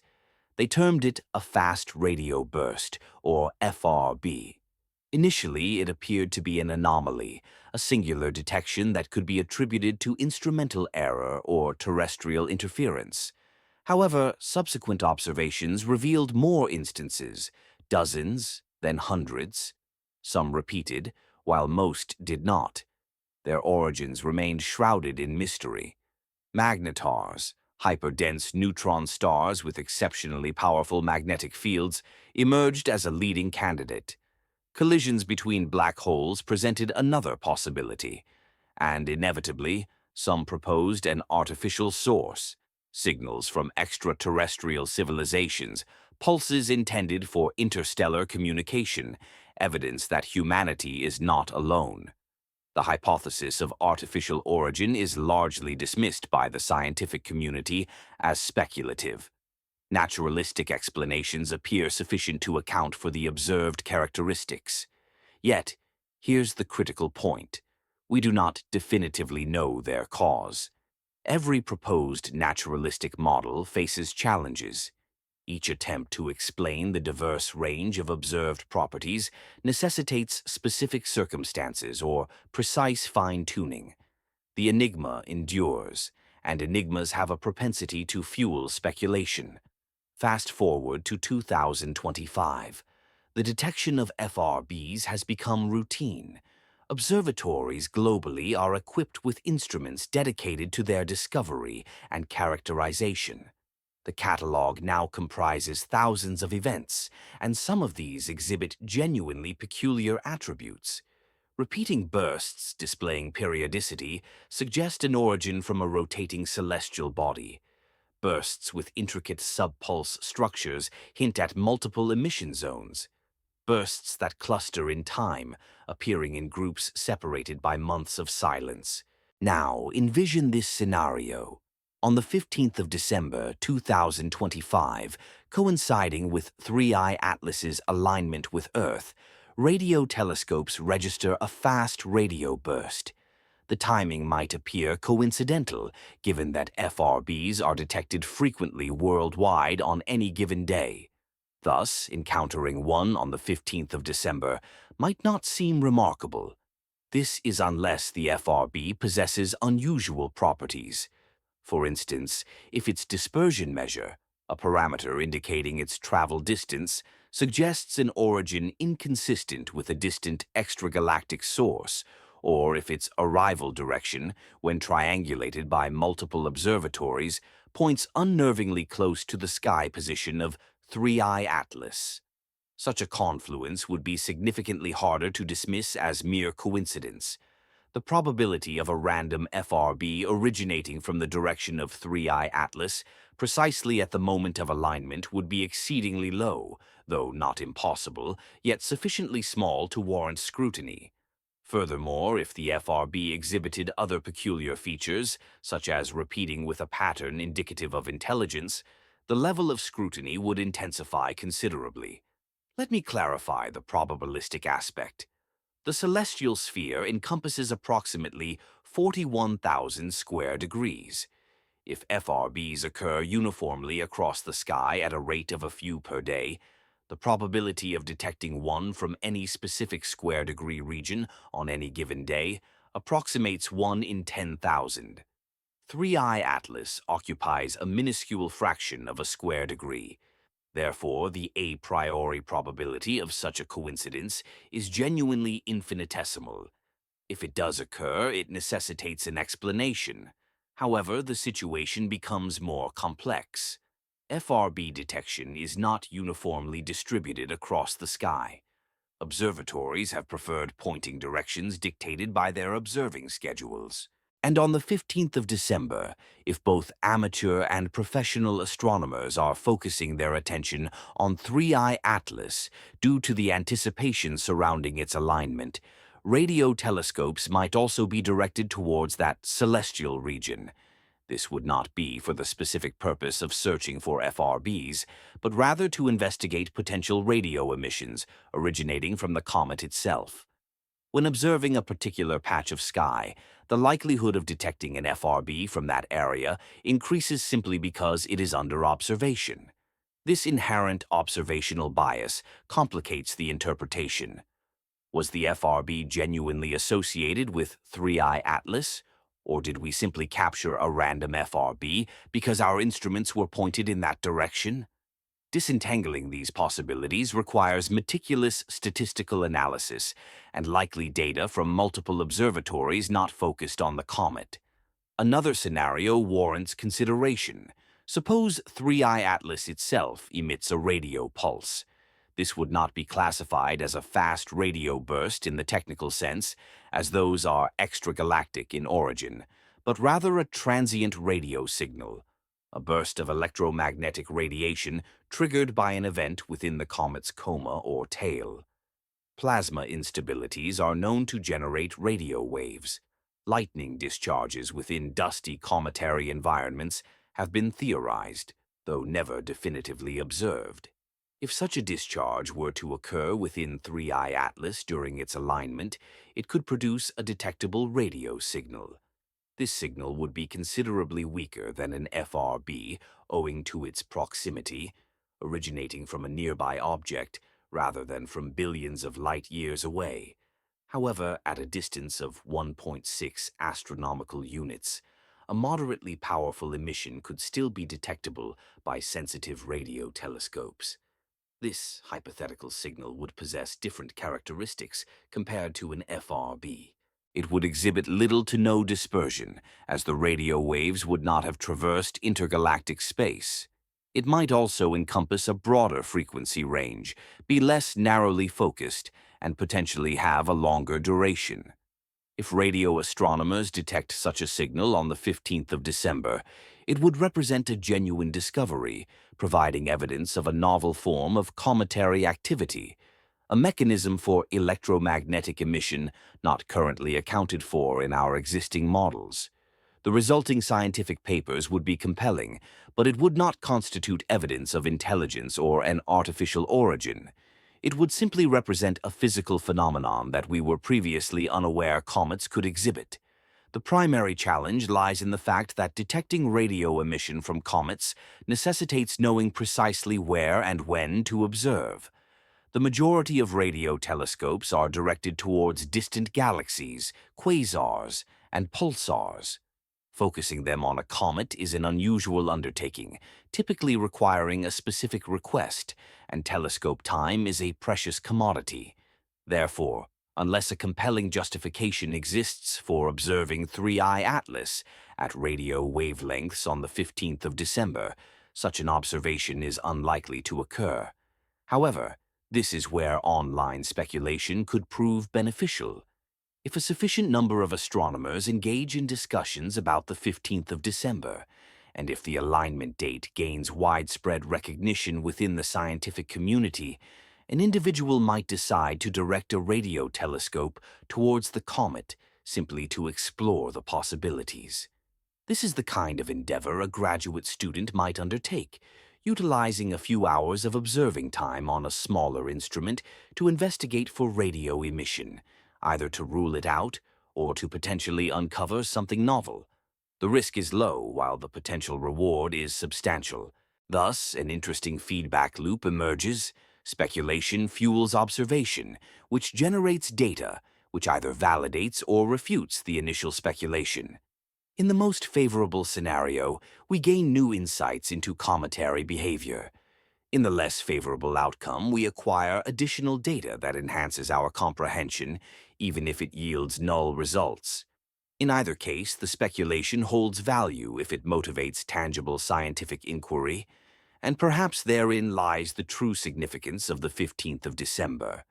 Not that anything extraordinary will transpire, but that individuals are paying attention, that an otherwise ordinary astronomical event has captured sufficient imagination to prompt serious investigation. The universe is replete with wonders that go unobserved because no one is actively looking. This time, at least, people are observing. Part 14. The question that transforms everything. Allow me to return to fundamental principles, to the core query that underpins all this conjecture, analysis, and anticipation. The question is not what 3i Atlas will do to Earth. The question is, are we alone? Every search for anomalies, every hypothesis of artificial origins, every hope that the 15th of December might usher in something unexpected, ultimately traces back to that profound inquiry. We have been posing this question for as long as we have gazed skyward. Ancient philosophers pondered the existence of other worlds beyond our own. Medieval scholars debated whether the divine would create life elsewhere in the cosmos. In the 20th century, scientists constructed radio telescopes to listen for extraterrestrial signals. And now, in 2025, we observe an interstellar visitor, contemplating whether it carries a message. Statistical probabilities suggest we are not alone. Our galaxy harbors an estimated 100 to 400 billion stars.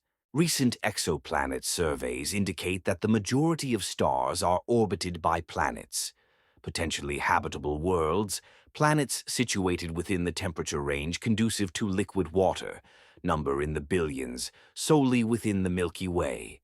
The universe has had 13.8 billion years to foster the development of life, intelligence, and technology. The fundamental components are abundant, and the timescale is sufficient. So, where is everyone? This is the Fermi paradox, named after physicist Enrico Fermi, who posed it during a casual lunch discussion in 1950. If intelligent life is widespread, we should encounter evidence of it. Megastructures, radio transmissions, probes visiting our solar system. The absence of such evidence, the profound silence, remains one of science's most perplexing mysteries. Perhaps life is exceedingly rare. Perhaps intelligence is even rarer. Perhaps civilizations self-destruct before achieving interstellar capability. Perhaps they exist but choose to remain concealed. Perhaps they are already present, and we simply fail to recognize them. 3i Atlas serves as a test case for one interpretation of this last hypothesis. If advanced civilizations utilize interstellar objects as conduits for probes or communication devices, then every object entering our solar system from interstellar space warrants potential significance. We cannot dismiss any of them without thorough examination. Oumuamua demonstrated this. Its peculiar acceleration, its unconventional shape, its failure to outgas, all these characteristics remain incompletely explained. Mainstream science has converged on naturalistic explanations involving hydrogen ice or unusual cometary compositions. However, A minority of researchers, including respected astronomers, maintain that an artificial origin is still a plausible hypothesis. With 3i Atlas, we have a second opportunity, a second chance to apply everything we learned from Oumuamua. We possess superior instruments, a greater number of observers, and earlier detection capabilities. If there is anything artificial about this object, we have a better prospect of identifying it than we did with Oumuamua. And the 15th of December, with its specific alignment geometry, represents a natural experiment, a moment when any deliberately timed signal or effect would manifest. However, I wish to shift the perspective momentarily. Suppose we are mistaken. Suppose there is nothing artificial about 3i Atlas. Suppose the 15th of December arrives and departs without any anomalies, signals, or unexpected occurrences. What would this signify? Does it mean we are alone? Emphatically not. It merely indicates that one interstellar comet out of 3 detected objects was not artificial. This hardly constitutes a comprehensive survey. The quest for extraterrestrial intelligence is a long-term endeavor. It might span centuries. It might require millennia. Or it could transpire tomorrow when a radio telescope captures an unmistakable signal, when a probe reveals its presence, or when an event occurs that leaves no room for doubt. We do not know the time frame. We do not know the odds. We only know that if we cease our search, we guarantee that we will never find anything. The 15th of December holds significance, not because it is likely to yield a dramatic revelation, but because it represents a specific, testable moment. We can direct our instruments. We can collect data. We can analyze and interpret. If something occurs, we document it. If nothing happens, we document that as well. Either outcome advances our knowledge, either outcome narrows the range of possibilities. There is something profound in standing on a planet, hurtling through space, observing an object from another star system passing nearby, and contemplating whether it might be conveying a message from beings we have never encountered. It is an act of optimism, of hope, of reaching beyond the confines of our experience towards something greater. Even if the answer is no, even if we are merely addressing ourselves in an empty room, the act of asking transforms us. It reminds us that we are part of something larger than our individual lives or even our entire civilization. The astronomer Carl Sagan once remarked that the cosmos resides within us, that we are composed of stardust contemplating the stars. He was correct, but the connection runs deeper than mere chemistry. We are a means by which the universe comprehends itself. And if there are others out there, other minds posing the same questions, gazing at the same stars, then we are connected to them through that shared curiosity, through the simple act of wonder. 3i Atlas is likely, almost certainly, composed of rock and ice. But even if it is merely a comet, it is a comet that originated from elsewhere. It carries information about a different region of the galaxy, about the composition of interstellar clouds, the formation of planetary systems, and the processes that shape matter across vast distances and immense timescales. That information is valuable. That narrative is worth understanding. And if, against all odds, against all reasonable expectation, it turns out to be more than rock and ice, if the 15th of December brings something we did not anticipate, then everything changes. Not merely our science, not merely our technology, but our comprehension of our place in the cosmos, our understanding of who we are and what we might become. That is what is truly at stake, not our physical safety. Earth will remain secure regardless of what 3i Atlas does or does not do. But our cosmic solitude, our philosophical isolation, the question of whether we are the universe's sole attempt at self-awareness or one among many. The 15th of December will not definitively answer that question, but it might provide a clue, a hint, a direction for our continued search. And sometimes that is sufficient.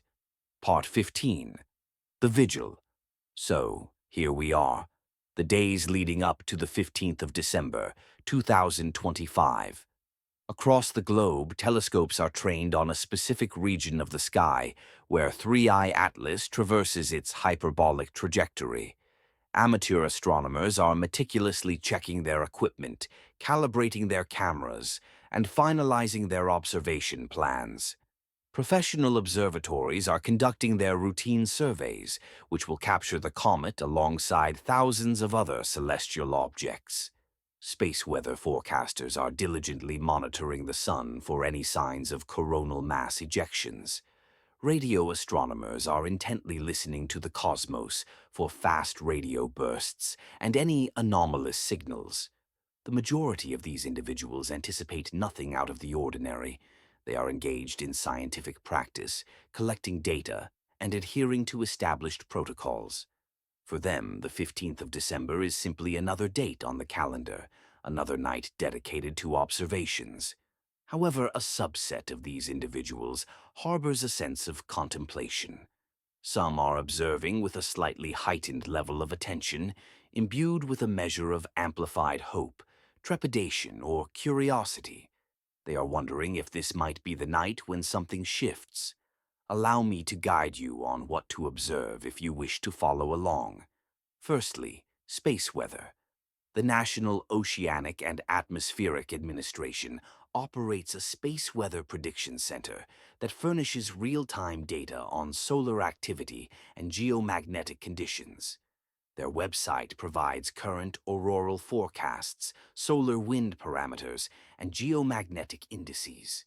Should Earth's magnetosphere experience unusual disturbances on the 15th of December, these data streams will reflect such events within hours. Look for surges in the K-index, a measurement of geomagnetic activity. Observe auroral reports from latitudes where they are not typically seen. Note any communications from satellite operators detailing anomalies or disruptions in their systems. Secondly, positional data. The Jet Propulsion Laboratory's Horizon system offers ephemeris predictions for 3i Atlas, accessible online. If you have access to observational data, whether your own or shared by others, you can compare measured positions with predicted positions. Any sustained deviation exceeding a few arc minutes, confirmed by multiple independent observers, would be considered significant. Online forums such as the Minor Planet mailing list and amateur astronomy communities on Reddit are platforms where such observations are often shared and discussed. Thirdly, photometry. Light curves, illustrating 3i Atlas's brightness over time, are being compiled by amateur observers. If the comet exhibits unexpected increases in brightness, decreases, or fluctuations on the 15th of December, these variations will become apparent in the photometric data. The challenge lies in differentiating genuine variations from measurement noise and atmospheric effects. When multiple, separate observations consistently display similar characteristics, they carry more weight than isolated reports. Fourthly, radio wave investigations. This aspect presents a greater challenge for casual observers, since real-time access to radio telescope data is seldom available. However, organizations dedicated to the search for extraterrestrial intelligence, SETI, and certain university radio observatories periodically issue updates concerning their findings. Should a significant, brief radio emission be detected emanating from the direction of 3i 2023 A3, Tsuchinshan Atlas, it would likely be disseminated within a few days via astronomical telegrams or comparable communication channels. Fifth, social media and news coverage. If any truly extraordinary event unfolds, information will disseminate rapidly. Scientists will share updates on social media platforms. Online discussion forums will see an explosion of activity. News organizations will then report on the story. The primary difficulty lies in discerning genuine information from misinformation within this torrent of data. Numerous claims will likely be embellished or misunderstood. Some will be entirely fabricated. Employing critical thinking and verifying the origin of information are therefore crucial. Now let us consider the plausible outcomes. The most probable scenario is that December 15th will pass uneventfully. 3I 2023 A3 Tsuchinshan Atlas will continue on its projected path. Its luminosity will diminish as anticipated. No discernible radio transmissions will be detected. Space weather conditions will remain within typical parameters. Amateur astronomers will observe nothing out of the ordinary, and over the subsequent weeks, interest will gradually wane. The speculation will fade into obscurity. 3I 2023 A3 Tsuchinshan Atlas will become a historical footnote, merely another interstellar traveler that arrived and departed without fanfare. This would represent a null result. While disappointing to those anticipating a more significant development, it nonetheless holds scientific value. Null results confirm the accuracy of our existing models. They indicate our proficiency in understanding comets to the extent that we can accurately predict their trajectories. They suggest that interstellar objects, at least those we have detected thus far, are natural phenomena that do not necessitate unconventional explanations. The second scenario involves minor deviations. These would be small discrepancies from predicted behavior, perhaps a brief geomagnetic disturbance that may or may not be linked to the celestial alignment, or an unexplained brightening that lasts for a few hours. Amateur positional measurements might indicate offsets that are only slightly above the inherent noise level of the instruments. Such ambiguous signals would undoubtedly spark debate, but would not lead to a fundamental shift in understanding. Scientists would engage in discussions regarding interpretations. Some would argue that these anomalies are genuine and noteworthy. Others might contend they are merely instrumental artifacts or mere coincidences. Academic papers would be published, and conference sessions would be dedicated to the topic, yet no definitive consensus would likely emerge. The third scenario, a dramatic disclosure, is the least probable but would carry the greatest impact. This would involve a clear, undeniable signal. Imagine a radio pulse repeating with mathematical precision, or a luminosity variation that appears to encode information, or a positional shift so substantial that it can only be explained by an active propulsion system. Disruptions to satellite operations that precisely coincide with the alignment timing and cannot be attributed to solar activity would also fall into this category. In such a scenario, we would possess concrete evidence suggesting that 3I 2023 A3 Tsuchinshan Atlas is not entirely a product of natural processes. The scientific community's reaction would be swift, involving immediate follow-up observations with every available instrument, emergency consultations among international space agencies, the initiation of post-detection protocols, and ultimately, public disclosure. Information of such magnitude could not realistically be concealed. Which of these scenarios will materialize? I do not possess this knowledge. No one does. This is precisely why December 15th holds significance. It represents a genuine unknown, a throw of cosmic dice. Regardless of whether the outcome is ordinary or extraordinary, we will gain valuable insight. However, here is the key takeaway I wish you to remember. The importance of December 15th is not solely about the events of that specific day. It is about what that date symbolizes.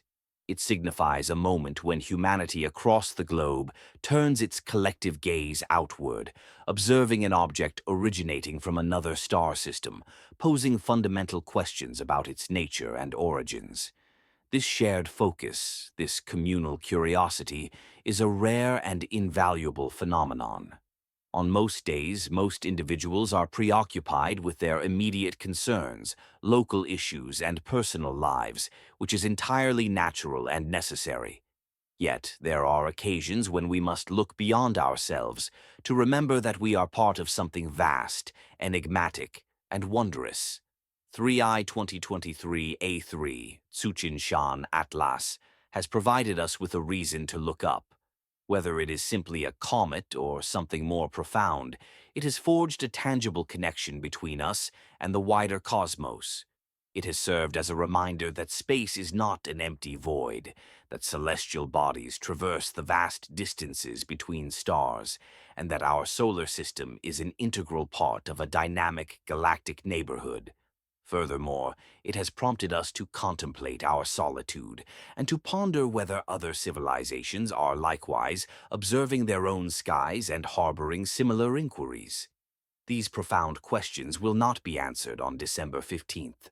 Their resolution will unfold over decades and centuries through diligent observation, rigorous scientific analysis, and the occasional fortunate discovery. December 15th is merely one data point in this extended quest. Yet, it is our data point, our unique moment, our opportunity to observe and to contemplate. Therefore, if you are able, observe. Follow the space weather reports, engage with astronomy forums, examine the incoming data, and reflect on what you hope to witness. Do you hope for the affirmation that our understanding of the universe is complete and that all phenomena adhere to natural laws? Or do you yearn for the unexpected, the anomaly, the revelation that we are not alone and that the cosmos is far more intricate than we have previously imagined? Regardless of your aspirations, December 15th is approaching. The countdown has already commenced. 3i 2023 A3 Tsuchinshan Atlas draws nearer to its alignment, and somewhere in the cosmic expanse, traversing the void between stellar systems, a visitor from another realm is poised for its closest encounter with Earth. Whether this encounter will be silent or filled with profound meaning, we are on the verge of discovering.